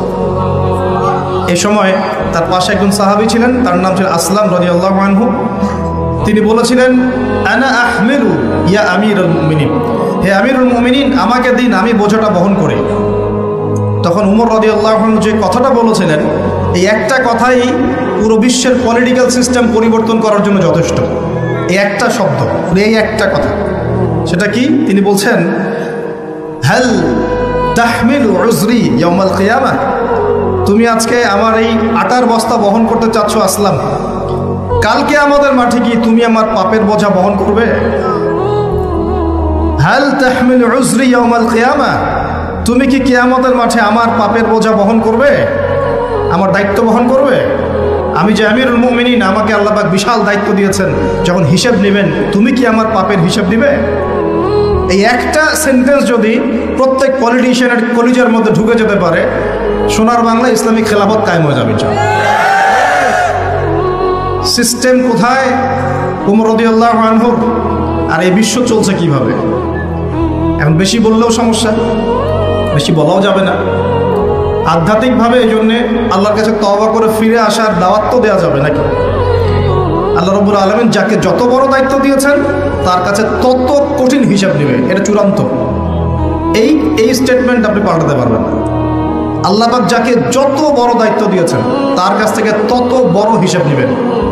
যার দায়িত্ব যত কম তার হিসাব তত আসান। হিসাব কঠিন হবে মূলত দুই শ্রেণীর মানুষের। এক, যারা এই যে আমরা দিন ইসলামের রিপ্রেজেন্টেটিভ, দিনের আলেম, দিনের বক্তা, দিনের দায়ী, দিনের মুফতি, মুহাদ্দিস, মুফাসসির, আমাদের হিসাব কঠিন। আর সেই দিনের কাণ্ডারি হয়ে দিনকে আজকে কোনো কোনো জায়গায় রঙ্গমঞ্চ বানিয়ে ফেলা হয়েছে। একটু ভয়ও করে না, বুকটাও কাঁপে না। ওয়াজ মাহফিল স্টেজে বসে মানুষকে দিনের নসিহত করার তো দূরের কথা, ডিজে জিকির শেখানো হচ্ছে, উল্টা পাল্টা জিকির শেখানো হচ্ছে, লাফালাফি করা হচ্ছে, হাসি তামাশার পাত্র বানানো হচ্ছে, ট্রল করা হচ্ছে, ফাইজলামি শুরু করেছে ওয়াজ মাহফিল নিয়ে। 1 ঘন্টা 1.5 ঘন্টা মানুষ কথা বলবে, দূর দূরান্ত থেকে মানুষ এসেছে, প্রতিটা সেকেন্ড এবং মিনিট এখানে ইম্পর্টেন্ট। মানুষ এসেছে একটা কনস্ট্রাকটিভ কোনো বিষয়ে আলোচনা শুনতে। ওই বেহুদা মার্কা জিকির দেখতে এসেছে, লাফালাফি লাভঝাপ দেখতে এসেছে। তারা এখানে ফাইজলামি করতে আসছে, মাথা ঝাঁকাচ্ছে আর হুহা করছে আর গান গাচ্ছে আর গীত গাচ্ছে আর কি যে করতেছে, আস্তাগফিরুল্লাহ, কি একটা অবস্থা। এগুলো ইসলাম? আপনাদের মনে হয় নবী সাল্লাল্লাহু আলাইহি ওয়াসাল্লাম মসজিদ নববীতে বসে এগুলো করতেন? আর সাহাবীরা বসে থাকতেন সামনে এভাবে? চিন্তা করা যায়। আর সমকালীন প্রেক্ষাপটে যে বড় বড় ইস্যুগুলো আছে, এগুলোকে সম্পূর্ণ এড়িয়ে গিয়ে এমন কিছু বিষয় নিয়ে সময় অতিক্রম করা হয়, টাইম পাস করা হয়, যেগুলোর সাথে বর্তমান প্রেক্ষাপটে কোনো সম্পর্কই না। কার মাসিকের কি মাসালা, কার হাইজ নেফাসের কি মাসালা হলো, হ্যাঁ, বাসায় 2টা আয়না থাকলে 2টা আয়নাতেই চেহারা দেখার সময় কি দোয়া পড়তে হবে? কত কি মানুষের মাথায়, কত ইম্পর্টেন্ট প্রশ্ন এখন মানুষের, কত প্রশ্ন, খুঁটিনাটি। চুল কিভাবে কতটুকু লম্বা করতে হবে, হ্যাঁ 3 ভাগ খেতে বলা হয়েছে পেটের, যদি একটু বেশি খেয়ে ফেলি, 1 ভাগ খেতে বলা হয়েছে, একটু বেশি খেয়ে ফেললে কি গোনা হবে? হ্যাঁ, একটা মেয়ের দিকে এক দৃষ্টিতে তাকানো যায়, যদি আমি 2 মিনিট তাকাই তাহলে কি গোনা হবে? কত প্রশ্ন, কত ইম্পর্টেন্ট প্রশ্ন, মেয়েলি প্রশ্ন। কি একটা অবস্থা, কি অবস্থা! ইম্পর্টেন্ট ইস্যুগুলো কোথায়? এখনকার বিশ্বে, চলমান বিশ্বের সবচেয়ে ইম্পর্টেন্ট ইস্যু চলছে এখন মূলত 3টা। কয়টা? একটা চলে গেছে করোনা ইস্যু, এটা একটা ওয়ার্ল্ড অ্যাফেয়ার্সের বড় ইস্যু ছিল। এখন চলছে ইউক্রেন রাশিয়ার ইস্যু, যেটার সাথে পুরো বিশ্বের অর্থনৈতিক সিস্টেম জড়িত আছে এবং পুরো বিশ্বের মধ্যে বড় ম্যাসাকার একটা যুদ্ধ জড়িত আছে, যেটা যদি হয়, আল্লাহ না করুক, পুরো বিশ্ব জুড়ে, তাহলে বিশ্বের বড় বড় রাষ্ট্রগুলোরও পতন হয়ে যেতে পারে, আল্লাহ ভালো জানে।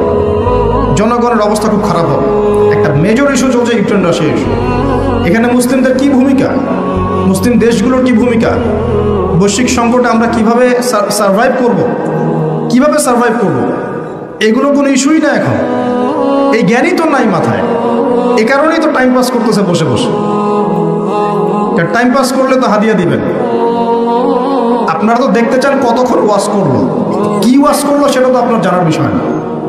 অডিয়েন্স দেখতে চায় কতক্ষণ ওয়াজ করলো, মাহফিল কমিটি দেখতে চায় কতক্ষণ ওয়াজ করলো, কি বলছে সেটা তো ফ্যাক্ট না আপনার কাছে। আধা ঘন্টার লেকচারে মানুষ এত দামি কথা বলতে পারে, যেটা মানুষ একদিন লেকচার করে দিলেও দিতে পারবে। এবং যার যত বেশি জ্ঞানের গভীরতা, তার কথা তত সংক্ষিপ্ত হয়। একটা হাদিসের মধ্যে আসছে, রাসূল সাল্লাল্লাহু আলাইহি ওয়াসাল্লাম একজন সাহাবী বলেছেন, এটা আসার হাদিস না, এটা আসার, সাহাবীদের একটা চিহ্ন, তাদের থেকে আসছে। তারা বলছেন, যখন তোমরা দেখবে জুমার খুতবা হচ্ছে খুব লম্বা, অনেক লম্বা খুতবা হচ্ছে, নামাজ খুব সংক্ষিপ্ত, তখন বুঝবা ওই যুগটা হচ্ছে অজ্ঞদের যুগ। কিসের যুগ? কারণ অজ্ঞদেরকে বোঝাতে অনেক সময় লাগে। একটা বিষয়, সহজ বিষয় বোঝাতে অনেক সময় লাগবে, কারণ কিছুই বোঝে না তারা, প্রত্যেকটা বিষয় খুঁটিনাটি বোঝাতে হয়। আর যখন দেখবে যে জুমার খুতবা হচ্ছে সংক্ষিপ্ত, নামাজটা হচ্ছে লম্বা, বুঝবে এই যুগটা জ্ঞানী মানুষদের যুগ। কারণ জ্ঞানী মানুষদেরকে বেশি কথা বলতে হয় না, টাচ দিলে বুঝতে পারে কি বলতে যাচ্ছে তারা, কি ওয়াজ করতেছে, কি ওয়াজ করতেছে সেটা বড় কথা না, কতক্ষণ ওয়াজ করছে এটা এখন বড় কথা হয়ে গেছে। তো এগুলো চলছে, এই মেজর ইস্যু, যেটার সাথে পুরো বিশ্বের অর্থনীতি, রাজনীতি, সমরনীতি, ফাইন্যান্স, গ্যাসের দাম, তেলের দাম, ভোগ্য পণ্যের দাম, নিত্য প্রয়োজনীয় পণ্যের দাম, রেমিটেন্স, আপনার ডলার রিজার্ভ, মুদ্রাস্ফীতি, সব জড়িত হয়ে আছে ইউক্রেন রাশিয়া ইস্যুর সাথে। সব কিছু জড়িত এই ইস্যুর সাথে, কোনো আলাপ নাই। আচ্ছা, ওটা বাদ দেন, আমাদের না ওটা। এখন 4টা ইস্যু চলছে, কোরআন পুড়িয়ে দেয়া চলছে না? পশ্চিমারা কোরআন পুড়িয়ে দিচ্ছে। কোরআনের প্রতি এত ক্ষোভ কেন? কেন পোড়াচ্ছে? এটা কি ওদের বাক স্বাধীনতা? এখন কি মানবতা বিরোধী অপরাধ হচ্ছে না? এটা কি সন্ত্রাসবাদ নয়? এটা কি নব্য সাদা চামড়ার জঙ্গিবাদ নয়? এটা কি ব্লাসফেমি নয়? ধর্ম অবমাননা নয়? এই কাজটা যদি আমরা করতাম, আমরা যদি আল্লাহ না করুক, আমরা তো করবো না, কারণ আমরা এসবে যাই না। আমাদের মধ্যে কোনো মুসলিম ভাই আল্লাহ না করুক যদি অন্য কোনো ধর্মগ্রন্থ পোড়াতো, তাহলে আপনার কি মনে হয় অবস্থা এমন থাকতো? টুটি চিপে ধরতো, কলার চিপে ধরতো। এখন কিছু হয় না, এখন ব্লাসফেমি হয় না, মানবতার বিরোধী অপরাধ হয় না, এটা সন্ত্রাসবাদ না, এটা জঙ্গিবাদ না। তারা যে সারা বিশ্বে প্রত্যেক মুসলিম কান্ট্রিতে লক্ষ লক্ষ মুসলিম ভাই বোনদেরকে হত্যা করছে, এটা জঙ্গিবাদ না, এটা সন্ত্রাসবাদ না। ওরা তো ছেলেদের বিয়ে করে, ন্যাংটা হয়ে ঘোরাফেরা করে, উলঙ্গ হয়ে ঘোরাফেরা করে। ওদের সমাজে এক একটা মেয়ে বিয়ের আগে 10 বার করে সেক্স করে কমপক্ষে, এক একটা ছেলে বিয়ের আগে 10-20টা মেয়ের সাথে সাধভোগ করে। ওরা আমাদেরকে শেখায় এখন সভ্যতা কাকে বলে, ওরা আমাদেরকে শেখায় জ্ঞান কিভাবে শিখতে হবে, ওরা আমাদেরকে যে মতবাদ শেখায় আমরা সেটা কাট পেস্ট করে প্রয়োগ করি। সব কিছু ওদের থেকে আসতেছে আমাদের এখানে। আমরা আমাদের গায়রত, কোরআন এবং সুন্নাহ আদর্শ হারিয়ে ফেললাম, এতই দুর্বল হয়ে গেলাম। ওরা যে কোরআন পুড়িয়ে দিচ্ছে, এই ইস্যু নিয়ে কয়টা ওয়াজ শুনেছেন? কয়টা প্রশ্ন শুনেছেন? মানুষের প্রশ্ন মাশাআল্লাহ, এত সূক্ষ্ম প্রশ্ন। ভাই সুবহানা রাব্বিয়াল আযীম 3 বার জায়গায় 4 বার পড়লে কি গুনাহ হবে? কি বিশাল প্রশ্ন আপনার, মানে এই প্রশ্নের উত্তর না জানলে অবস্থা খারাপ হয়ে যেত। একজন আমাকে বলেছিল যে এত হাইচটের বিষয় নিয়ে, টপিক নিয়ে কথা বলার কি দরকার, ওযু আর গোসলের মাসালা শেখানো যায় না, এটা বলতেছে। হ্যাঁ, খুব অ্যাগ্রেসিভ আমার প্রতি, পারলে মাইট দেয় আমাকে। তখন তা বললাম যে সারা জীবন কি ওযু আর গোসলের মাসালাই শিখবেন? এটা তো মানুষ ওই নুরানি ক্লাসে শিখে শেষ করে, বক্তব্যে শিখে শেষ করে ওযু কেমন করে করতে হয়, গোসল কেমন করে করতে হয়। একটা সময় মুসলিমরা পুরো বিশ্বকে নেতৃত্ব দিত, মানে আমরা যদি বিশ্বের কোনো দেশকে বলতাম ওঠো, ওরা উঠতো, বসতে বলতাম বসো, বসতো। এই জায়গায় আমরা ছিলাম 1 দিন 2 দিন না, প্রায় 1200 বছর। কত বছর? 1200 বছর। এই জেনারেশন কি এই কথাটা জানে সত্যি? এই জেনারেশনের কত পার্সেন্ট মানুষ এটা জানে? কত পার্সেন্ট যুবক এটা জানে যে আমাদের শেকড় কোথায়? এই উপমহাদেশে ইসলাম কিভাবে এসেছে, ইউরোপে ইসলাম কিভাবে গেছে, ওরা কিভাবে ইসলাম বিদ্বেষী হলো, কয়টা ক্রুসেড হয়েছে, কয়টা ক্রুসেড তারা লঞ্চ করেছিল, কতবার তারা আমাদের উপর আক্রমণ করেছে, কেন তারা পুরো বিশ্ব জুড়ে মুসলিমদেরকে আজকে মেরে ফেলতে চায়, ডমিনেট করতে চায়, কেন চায়, উদ্দেশ্য কি ওদের, কেন কোরআন পুড়িয়ে দিচ্ছে, এর সাথে কি শত্রুতা? আল্লাহ পাক কোরআনকে বলছেন যে ওয়ালাকাদ সাররাফনা ফি হাযাল কুরআন লিন-নাস মিন কুল্লি মাসাল, আমি এই কোরআনের মধ্যে মানব জাতির জন্য সমস্ত বিষয় বর্ণনা করেছি। বলেন সুবহানাল্লাহ। সুবহানাল্লাহ। আল্লাহ পাক বলছেন ওয়া নাযালনা আলাইকাল কিতাব, হে নবী আমি তোমার প্রতি এমন কিতাব নাযিল করেছি তিবিয়ানান লিকুল্লি শাই, যে কিতাবটা প্রতিটা বিষয়কে ব্যাখ্যা করবে। হুদা ওয়া রাহমাতান, এটা হেদায়েত এবং এটা রহমত। ওয়া বুশরা লিল মুসলিমিন, মুসলিমদের জন্য এটা বুশরা, সুসংবাদ। তো এত সুসংবাদে পরিপূর্ণ বইটাকে কেন পড়াচ্ছে তারা? কার প্রতি বিদ্বেষ? কেন কোরআনকে সহ্য করতে পারছে না? কারণ কোরআন ওদের সমকামিতার বিরুদ্ধে, কোরআন ওদের সুদের বিরুদ্ধে, কোরআন ওদের জুলুমের বিরুদ্ধে। কোরআন পৃথিবীর সমস্ত জুলুমের বিরুদ্ধে দাঁড়িয়ে যাবে। কোরআন পর্নোগ্রাফির বিরুদ্ধে, কোরআন এই জিনার বিরুদ্ধে, কোরআন ওদের সমস্ত নোংরামির বিরুদ্ধে।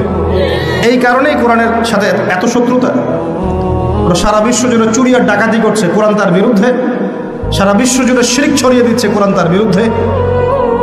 সারা বিশ্বরা মতবাদ ছড়িয়ে দিচ্ছে যে আল্লাহর পুত্র আছে ঈসা আলাইহিস সালাম, নাউযুবিল্লাহ, কোরআন তার বিরুদ্ধে। তারা মুহাম্মদ সাল্লাল্লাহু আলাইহি ওয়াসাল্লাম এবং তার সুন্নতকে অস্বীকার করে, কোরআন তার পক্ষে। কোরআনে বলা হচ্ছে যে আল্লাহর জমিনে আল্লাহ পাকের দিনটা প্রতিষ্ঠা করতে হবে, ওরা তার বিপক্ষে।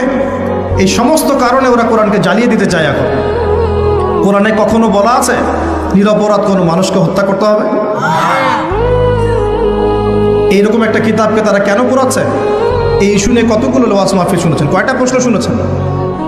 সমস্যা আমাদের মধ্যেও, সমস্যা আপনাদের মধ্যেও, সমস্যা অডিয়েন্সের মধ্যেও, সমস্যা যে স্পিচ দিচ্ছে তার মধ্যেও।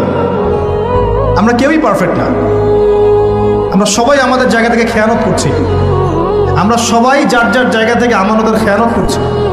যদি আমরা সবাই যার যার জায়গা থেকে আমানতদার হতাম, আজকে ইসলামের অবস্থা এমন হতো না। বিশ্বাস করেন, সেকুলার সমাজ, নাস্তিক সমাজ, বা যারা একটু মুক্ত চিন্তা বলে, বাক স্বাধীনতার কথা বলে, মুক্ত চিন্তার কথা বলে, যারা দাবি করে তারা একটু স্মার্ট, এমন দাবি করে না, এই বিশাল কমিউনিটি ইসলামের নামে এরকম কিছু ভণ্ডামি দেখে ইসলাম সম্পর্কে বিরূপ ধারণা সৃষ্টি করে। এবং এই ইস্যুগুলোকে কেন্দ্র করে তারা সারা ওয়ার্ল্ডে প্রোপাগান্ডা চালায় ইসলামটা এমন। ইসলাম কি এমন?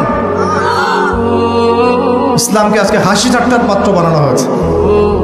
এগুলো দেখে কোনো মানুষ ভালো থাকতে পারে? যদি ভিতরে ঈমান থাকে, আপনার ভিতরে রক্তক্ষরণ হবে, আপনার কলিজা কাঁপবে, ভিতরে একটা জ্বালান ফিল হবে, আগুন জ্বলবে ভিতরে, সমুদ্রের মতো। সমুদ্র আস্তে আস্তে বয়ে যাচ্ছে ঠিকই, ভিতরে কিন্তু আগ্নেয়গিরি আছে। জানেন সমুদ্রের ভিতরে কি আছে? আগুন আছে, আগুন। কিয়ামতের দিন ফেটে পড়বে সমুদ্র, একদম কিয়ামতের দিন সমুদ্র ফেটে পড়বে এবং পানিতে আগুন লেগে যাবে। আমরা তো জানি যে পানিকে নেভায়, আগুনকে নেভায় পানি, তাই না? কিয়ামতের মাঠে উল্টা হবে, আগুনেই পানিতে আগুন লেগে যাবে কিয়ামতের মাঠে।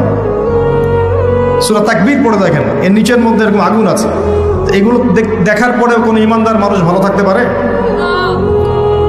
টাটকা ইস্যু ছিল এই যে একটা বৈশ্বিক সংকট,